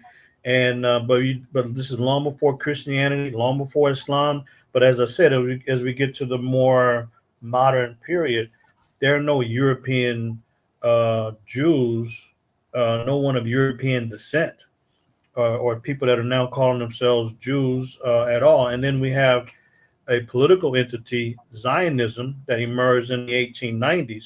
So it's a difference between Judaism and the political state of Israel that was born out of Zionism and imperialism. And they want to justify just kill people off because it's our land. Says who? And so this is part of the problem. People want to use the biblical text whenever they want to use the biblical text to justify displacing and killing off people. And that doesn't make sense to most folks in the world. So, so at different periods, you have different groups there. But if somebody's going to only go back 2,000 years and claim that they can go to Palestine and do what they want and just displace people and create a brand new state, well, we can go back before that. And there's no murder and displacement or anything like that. So it's a big time political issue, but it's problematic when people want to merge a political movement and then suddenly make, that's one problem with Zionism, and then make a religion somehow an ethnicity. I mean, this is crazy, but this is some of the confusion that's been presented out there, and we're paying for bombs being dropped. This is why people should be concerned when we have needs in this country, resources that should be geared towards the needy, but there's billions to be sent abroad to to fight wars and uphold political states. So anyway, those are just some general comments. Mm-hmm. Well, I guess the question in my mind is what's the root of Palestine? When did it begin to exist? Because when we look at different places, just like it was Kemet before it was Egypt. So, what was Palestine before it was identified as Palestine? Yeah, it's different names, at different times. But if anybody's looking at it from a biblical lens, before that you have Kemet. Before that, and like I said, at different points that you have rulers, kings, so-called pharaohs in Kemet, in control of that area, not continuously, because there's not a lot of art. If they were in control continuously, we would see mighty artifacts. You don't really see mighty monuments, pyramids, huge temples, colossal statues. You don't see that, but we know from the political record that they were there in control, and it seems as though they're responding to invaders coming in. But anyway, the word Palestine, I don't know the exact year that it came about, but I know in modern times, it's the name for the region before it was converted to Israel. That's 100% clear from every map. You can look at a United Nations map, a National Geographic map, and clearly it's the state of Palestine. Yes. Well, thank you for that. And just turn in a little bit, just for the sake of, before we wrap things up, I was just this morning, I was listening to a video that was sent to me, from one of my good brothers, and the historian there mentioned Russia, because I don't know if I'm sure you've been paying attention to the thing that's going on in the Sahel region with the Burkina Faso and all those particular countries and stuff coming together, and then understanding a little bit about some things that happened in South Africa recently. And with Julius Malema, how he mentioned his relationship with Russia, and and what he said was, we don't forget our friends, and I think most listeners and most Black people don't understand the role that Russia played with Africans and with Black folks. Russia helped them with the apartheid way back then. And so recently, this morning, the guy threw out a couple things about Russia's involvement, with the Union over here in the States. I didn't know that. I didn't know Russia sent some battleships over here, to protect and to ward off Britain and France from being involved into the Civil War, and help with some ammunition and stuff like that, as far as the Union, as far as the North Union is concerned. Because the question came up. The interviewer was saying, why is there a divide between Russia and the United States when they're pretty much the same people? So that was the question that he asked. So when he said that, the Southern folks who commie, it may come from that old piece of Russia helping the Union long time ago. You know what I mean? That could have brought that divide. And then he also said, which I didn't know, that Russia helped Haile Selassie with the Italian invasion.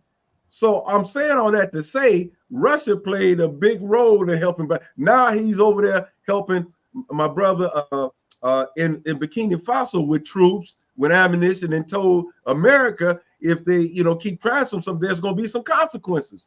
So, and then Russia came out with opening up the vault and showing all the Black Madonnas and things of that nature. So I'm just saying all to say that's why it's good for us to do our own studying on things, because we'll jump on the, especially with Black folks, we'll jump on the bandwagon of disliking somebody just because America say, it's so, and we hating people who actually got our best interests, like Hugo Chavez, Saddam Hussein, Castro. All those people did things to help Black folks, and we don't even know it, but we hate them. It's amazing. It's amazing. It is amazing. And for me, historian, yes, but also I have to be current and practical at the same time. So I started to go to South Sudan, and now I go more and more. But before that, I was in Sudan, and so I have an adopted family in Sudan, and more than 120 people in my adopted family were displaced from Sudan since the war broke out in April of 2023. They're in different countries: Egypt, this place, that place, Saudi Arabia, Germany, you name it, United Arab Emirates. But so it concerns me because in Sudan, this is the heartland of ancient Kush, is where they were building monuments for eternity. But also in Sudan, you have the great Nubian cultures and people and tradition as well. And so the war has been very devastating. So we're not able to go. But one thing about it is that in Sudan, there's so much gold in Sudan that not only do you see gold coming from that region in antiquity, people bringing literally an untold amount of gold in trade. But when I was doing field work there before the overthrow of Bashir in 2019, I was actually there in 2019, a couple months before the overthrow. But at that time, there was literally a gold rush. There were regular citizens, they were involved in a gold rush, and these big mining companies were extracting gold from Sudan. So we would be in remote areas going to these sites and nothing there, just a desert. And all of a sudden, over yonder, we see some lights and it looks like it's a town. No, it's not a town. It's a high level mining operation. And so these companies were extracting tons of gold. And so what the Wagner group, they were in there extracting gold from Sudan, literally getting their profits. And so the Wagner group were with the rapid support forces. The local people called them the Jinjuit. Jinjuit literally translates to mean devils on a horseback. These are literally Arabs and African mixed Arabs who want to displace the original Africans and then claim that they were never there. These propagandists would claim Nubians were never there, which is outrageous. So what's happening? So the Wagner group extracting resources, taking these resources, exploiting the country, along with the United Arab Emirates, the UAE. But the UAE takes it further. They're sending in weapons to fight the war against the people and the government. But now that the Wagner leader was killed, so now the relationship with the Russia and the Sudanese government is not through just the Wagner group mercenaries. Now it's really the Russians have they have an agreement with the Sudanese government, so they're on the Red Sea near Port Sudan, and more of a more beneficial financial arrangement. But you're right, brother. For people to look at this and just know that the nuances and the relationships. So it seems like the Russian influence is not, is not so negative. But what is very negative is United Arab Emirates, the UAE. They're sending in weapons for the Janjaweed to slaughter Africans on the west part of Sudan, to slaughter the Masalit. And their stated goal, we hear about what's happening in Ukraine or in Palestine, but what about Sudan? In Sudan, we have lots of death and displacement, and you have these crazy genocidalists, the Janjaweed, so-called rapid support forces. They have a stated goal that they're working to execute, to literally kill off and replace the Africans, kill all of the men, kill some of the women, but keep enough women around, sexually abuse them, rape them, and then implant their seeds so that the next generations will be Arab. And when they say Arab, they don't mean just Arab phenotype. They also mean Arab mentality. So I had to learn that when they say Arab, and like my colleague, my Sudanese colleague, when he says Arab, he means Arab mentality, in the same way that somebody might say a Negro or Negro mentality. That's what they mean by Arab. They don't mean the phenotype in most cases. Sometimes yes, most times no. They mean the mentality, where somebody, rather than claiming their African roots and African genetic identity, oh no, we're Arab because we speak Arabic, we practice Islam, and we know that if we can identify there, we'll have better social status. So they'll make up, so some people would make up a fake pedigree, a fake background, a fake history in order to fit in. It's sickness, but that's what's happening. So Sudan is very complicated. But, oh, and by the way, all what we were talking about earlier in terms of relationships, the craziness in terms of who's controlling the social media and black folks and other naive people just buying into all of this. One of the big things to do, if you're really a social media influencer and you big time, you're a boss chick and all of this, guess what they're doing? They're going to Dubai. That's the place to go. If you haven't gone to Dubai and waste your money on buying some purse or some expensive trip, then you're really not living well if you're not wasting your money at the UAE, the same ones that are sending in weapons to kill off, literally, to kill off Africans. So it's absurd. It's detestable that these outrageous people, they post all this, I'm in Dubai, and their ass is broke. Some of them are so shameless, they're literally sleeping in their cars and then say, well, yeah, I want to travel. Now your ass is broke, but you're trying to show off and fit in with these other clowns who post all this fake stuff on social media, and they don't have it like that. But the bottom line is, for people around the world, and including folks in this country, to go to Dubai, like that's the hot spot when they bring in money for these people to literally send arms, send weapons to kill indigenous Africans, civilians in Sudan, is unacceptable and detestable. The hell with Dubai when it comes to killing Africans, because these folks are sending in weapons so they can steal the gold and African resources. Sudan is rich with gold and oil and resources, and these UAE folks, the Emirates, their goal is to take this. Is my colleague from Sudan calling me now. So, but anyway, but that's what people should be aware about. It. We do have to think for ourselves and know how these relationships really work, and we should always keep our eye on what's happening in Sudan and Congo. I did a presentation earlier this year, on the other humanitarian crises in the African world, and not just Ukraine and Palestine, but what about the African world? Those should not be left out, and that should be of our concern. The humanitarian part, for sure, that's front and center, but at the same time, you have some of the greatest monuments on earth that are also under jeopardy. So it's not one or the other, it's both and. So while I'm concerned about the people, it's hard to just be upfront political. You ain't getting in the country if it's like that. So at least you have to lead with the historical and archaeological focus to at least get in the country. Then you can do whatever you do behind the scenes to help people.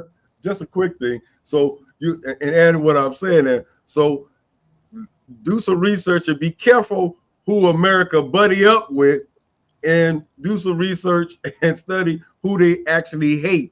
and why they hate them. You probably be more enlightened of what's actually going on.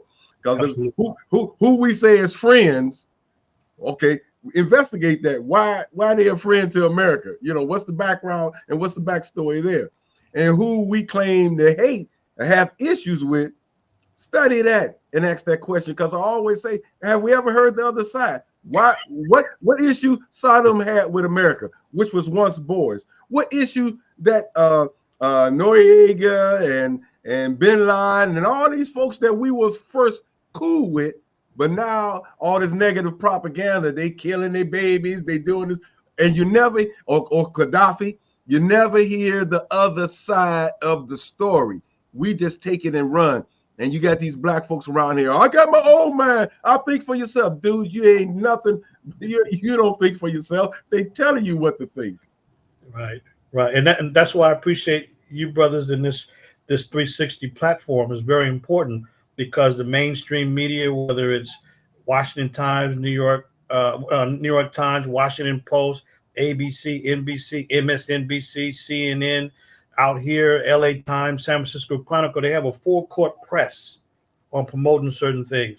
You can listen at the radio. How in the hell are they playing the same songs? I'm traveling to another state. It's the same songs in the rotation and same talking points. So this is why we do need independent media. You're right, Brother Antonio, and independent thought to know what's happening. This is why I tell people, even the relationship with China in Africa is far more complex than what people think. And some of the prime ministers, the foreign ministers, prime ministers, trade leaders, they're not dumb. And they are not in it just to steal for themselves. They're telling you that why they are working harmoniously with the Chinese on certain projects. So they do a lot of good. Now, I can see some of the other problems with the Chinese. They don't have a moral compass. They will build a dam and flood an area and not even think about, hey, wait a minute, excuse me.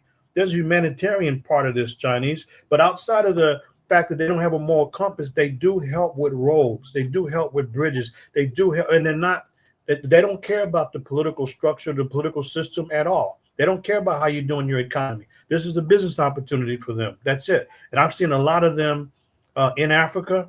I saw a young lady in South Sudan. She was there longer than I was.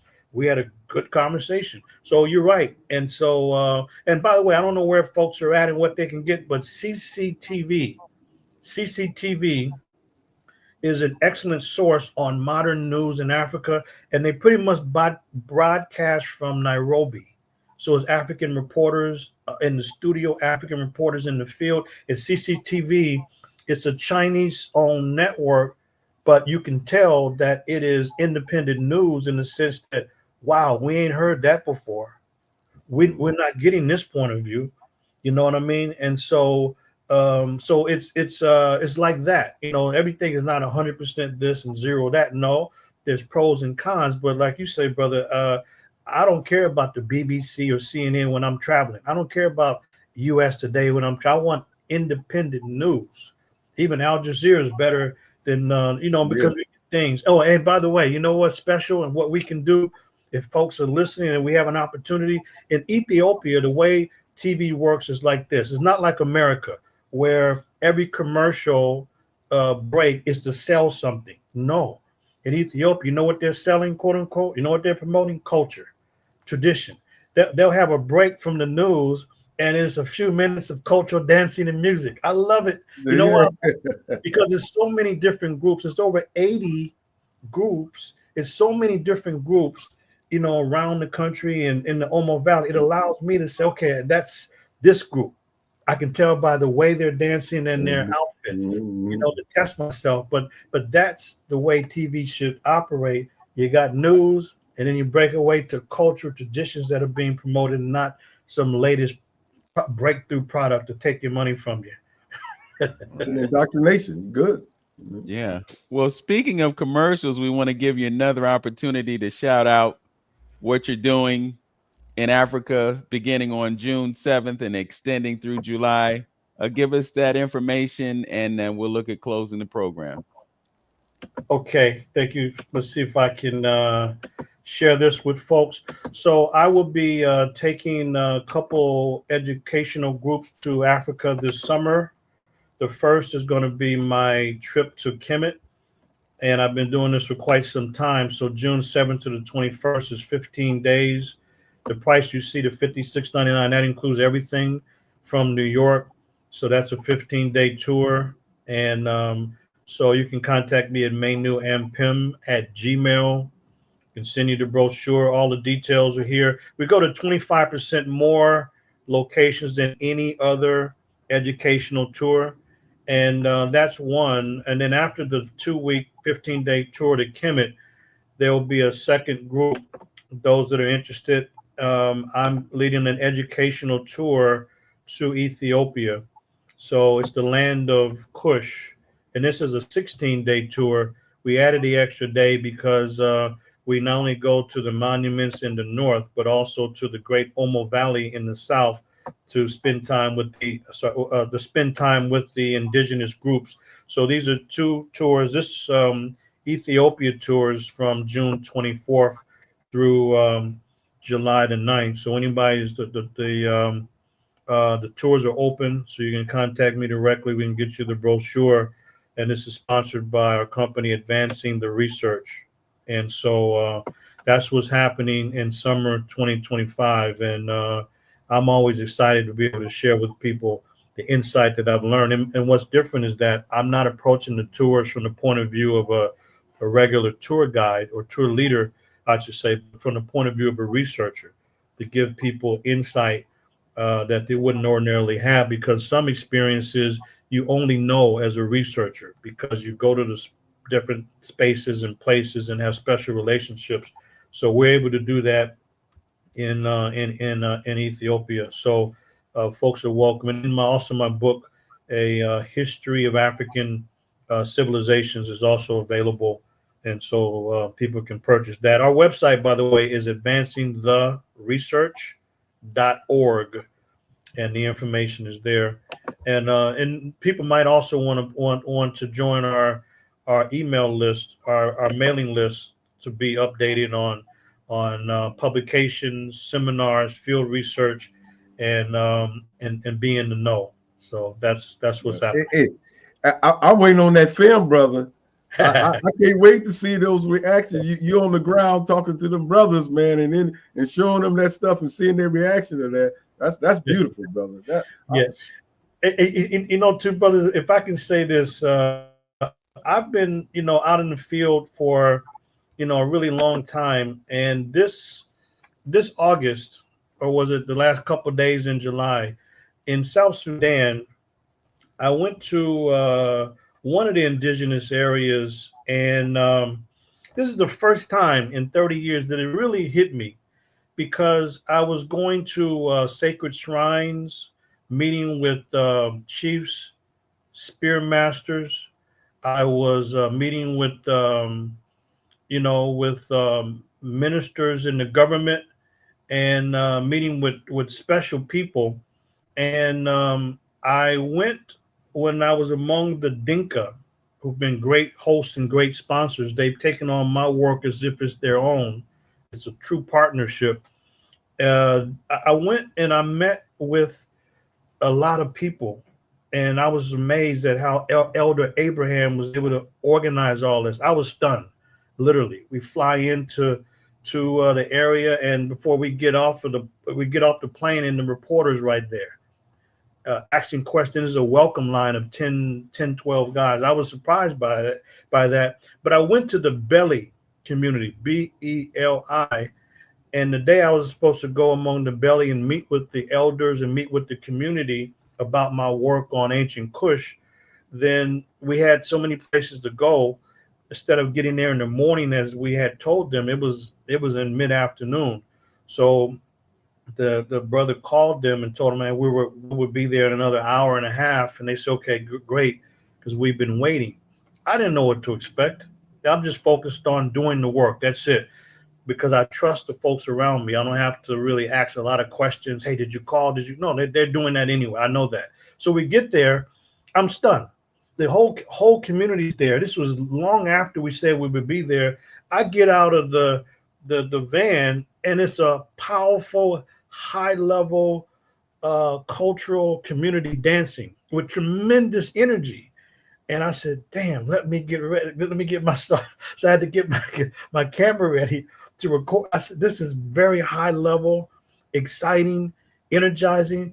And I was saying, wow. So then after the powerful cultural dancing, then they had a table set. This is outside, a table set up for me. And and all of the officials in the community were there.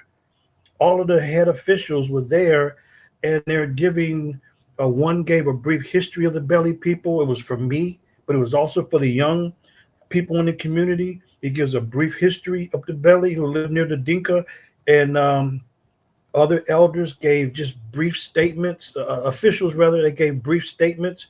They welcomed me, and then one of the young ladies had a bunch of gifts, and I did not think about this for 1 second until all this was happening. And I said, wow, these people are so excited that they said nobody has ever visited them before. No one has visited them to learn about the Belly culture. No one. So they line up, they have these gifts. They gave me some ointment, and also they're in the Wulu community, and people from around the region that go to Wulu for the special honey. So they gave me 2 containers of honey. That's the most special gift that they can give, in terms of a physical item. They made a special chain for me to wear from the Belly community to me, and then they're making these powerful speeches. And this is the first time, literally, that it hit me. I said, wow. And to me, it's so automatic. I don't even think about it, because this is not an occupation for me. It's my vocation. It's what I do in life. So no big deal. But this was a big deal. And I said to myself, wow, I have to meet the moment. I said, wow, and it was like, it was powerful, and I said, wow, I have to meet. I already know that I'm a diplomat because I'm representing us. I'm representing us just on the strength of it, because of where I am, where I come from. But this was very, very special to meet people and to really interact with them on that kind of level. And then, so I met the moment.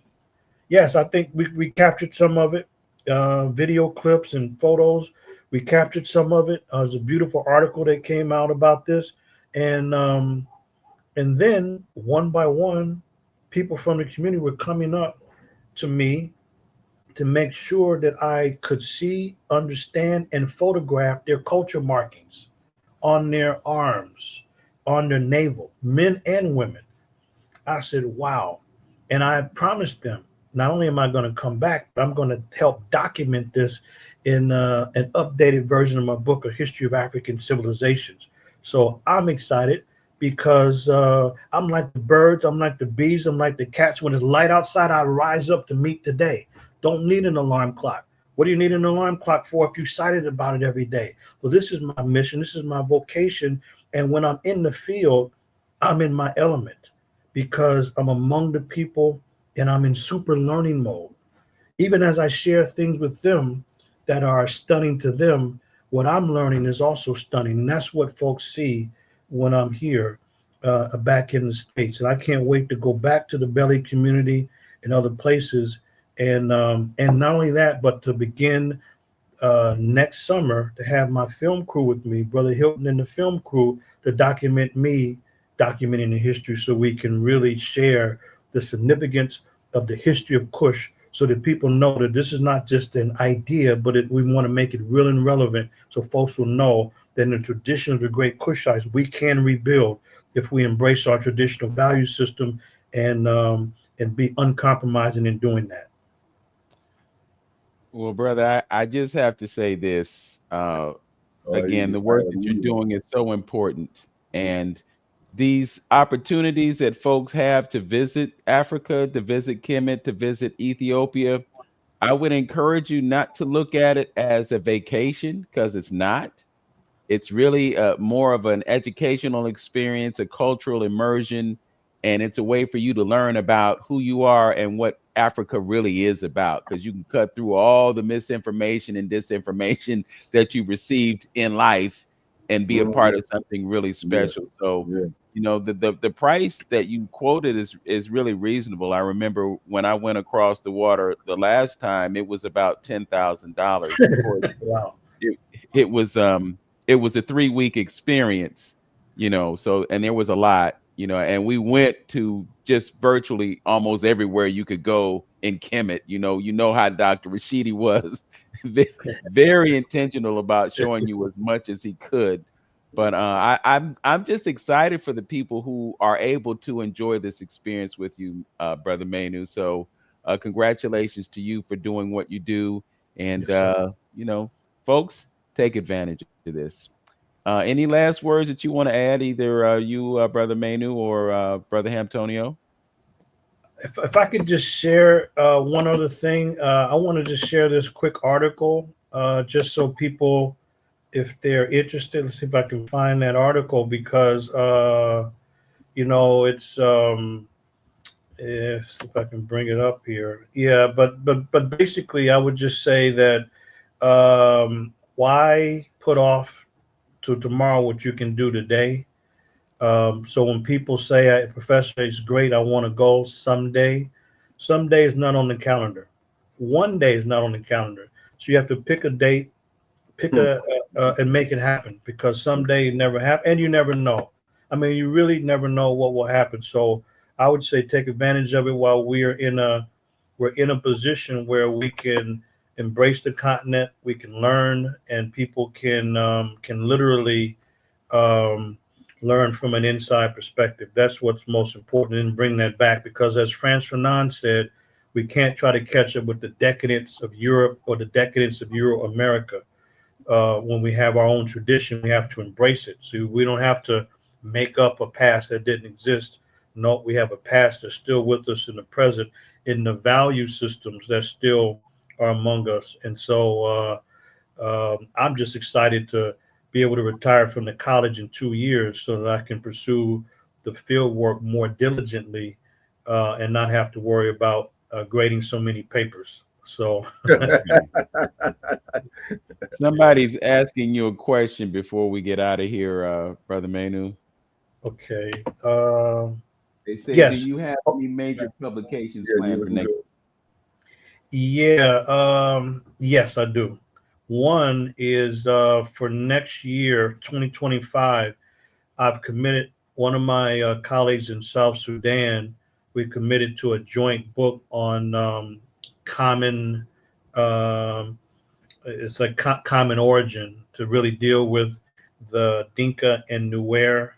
The Dinka call themselves Jing, and Nuer call themselves the Nath, but they're cousins. So they've had conflict, but so it'd be a joint publication. He knows, he has contemporary things, and mine would be ancient. So that would be one major publication for next year. And then a couple other ones that are on the schedule is that people mad at me because I haven't done it, but to finally get around to beginning to write the book Modern Fraud, and the subtitle was "The Forged Ancient Egyptian Statues of Rahotep and Nafret." They're in the Cairo Museum and in room 32, and I call 32 the forgery room, because these are two of the greatest forgeries on record. So I'm finally beginning to work on that. And then my book, A History of African Civilizations, probably within the next 18 months or so, we'll add more content to it. I only put in there what I can cover in one college semester. So it's a lot that's not in the book. But that probably won't be 25. That'll be in 2026 or so. We'll expand the history of African civilizations. So it's a lot to do. And there's and one more, but I'll wait on announcing that one. Okay. Well, we'll congratulate you in advance for stepping away from the plantation, so to speak, in a couple of years and dedicating yourself to that primary research. You know, your brother Hamtonio is kind of enjoying his retirement, but we had a Kind of, conversation yeah. today Okay. about the fact that he's still working. It's Mhm. a beautiful thing to commit your life 100% towards the things that you love. So we'll just look forward to that for you, brother. Yes, Uh, sir. Yes, sir. Yeah, Yeah, I really appreciate it. And if anybody wants this article, it's an article on my latest work in South Sudan. They can just email me at Manu Ampim@gmail. By the way, Ampim, Ampim. People tend to misspell it. So, but I really appreciate the work that you all are doing, brothers. Very well respected, and you're getting the word out, and that's so you're fulfilling your mission. I appreciate that. Thank you, brother, for all right, sitting down with us and giving us the time. I appreciate you, brother. And absolutely. I'm go back out to the listeners. Please go to the website and make a donation by picking up some good information to help this brother with his research, keeping it going, and it's appreciated. And then I'm gonna be carrying the lights when you go and film. I got the lights, brother. Hey, well, look, I got a couple of cameras, so you're looking at a full crew between the two of us. Yeah, brother. All right. All right. All right, All my right. brother. Okay. Appreciate you. Okay. Yeah. Thank Peace you, and brother. blessings and hotep to everyone. Hotel. All right. Yeah. All right.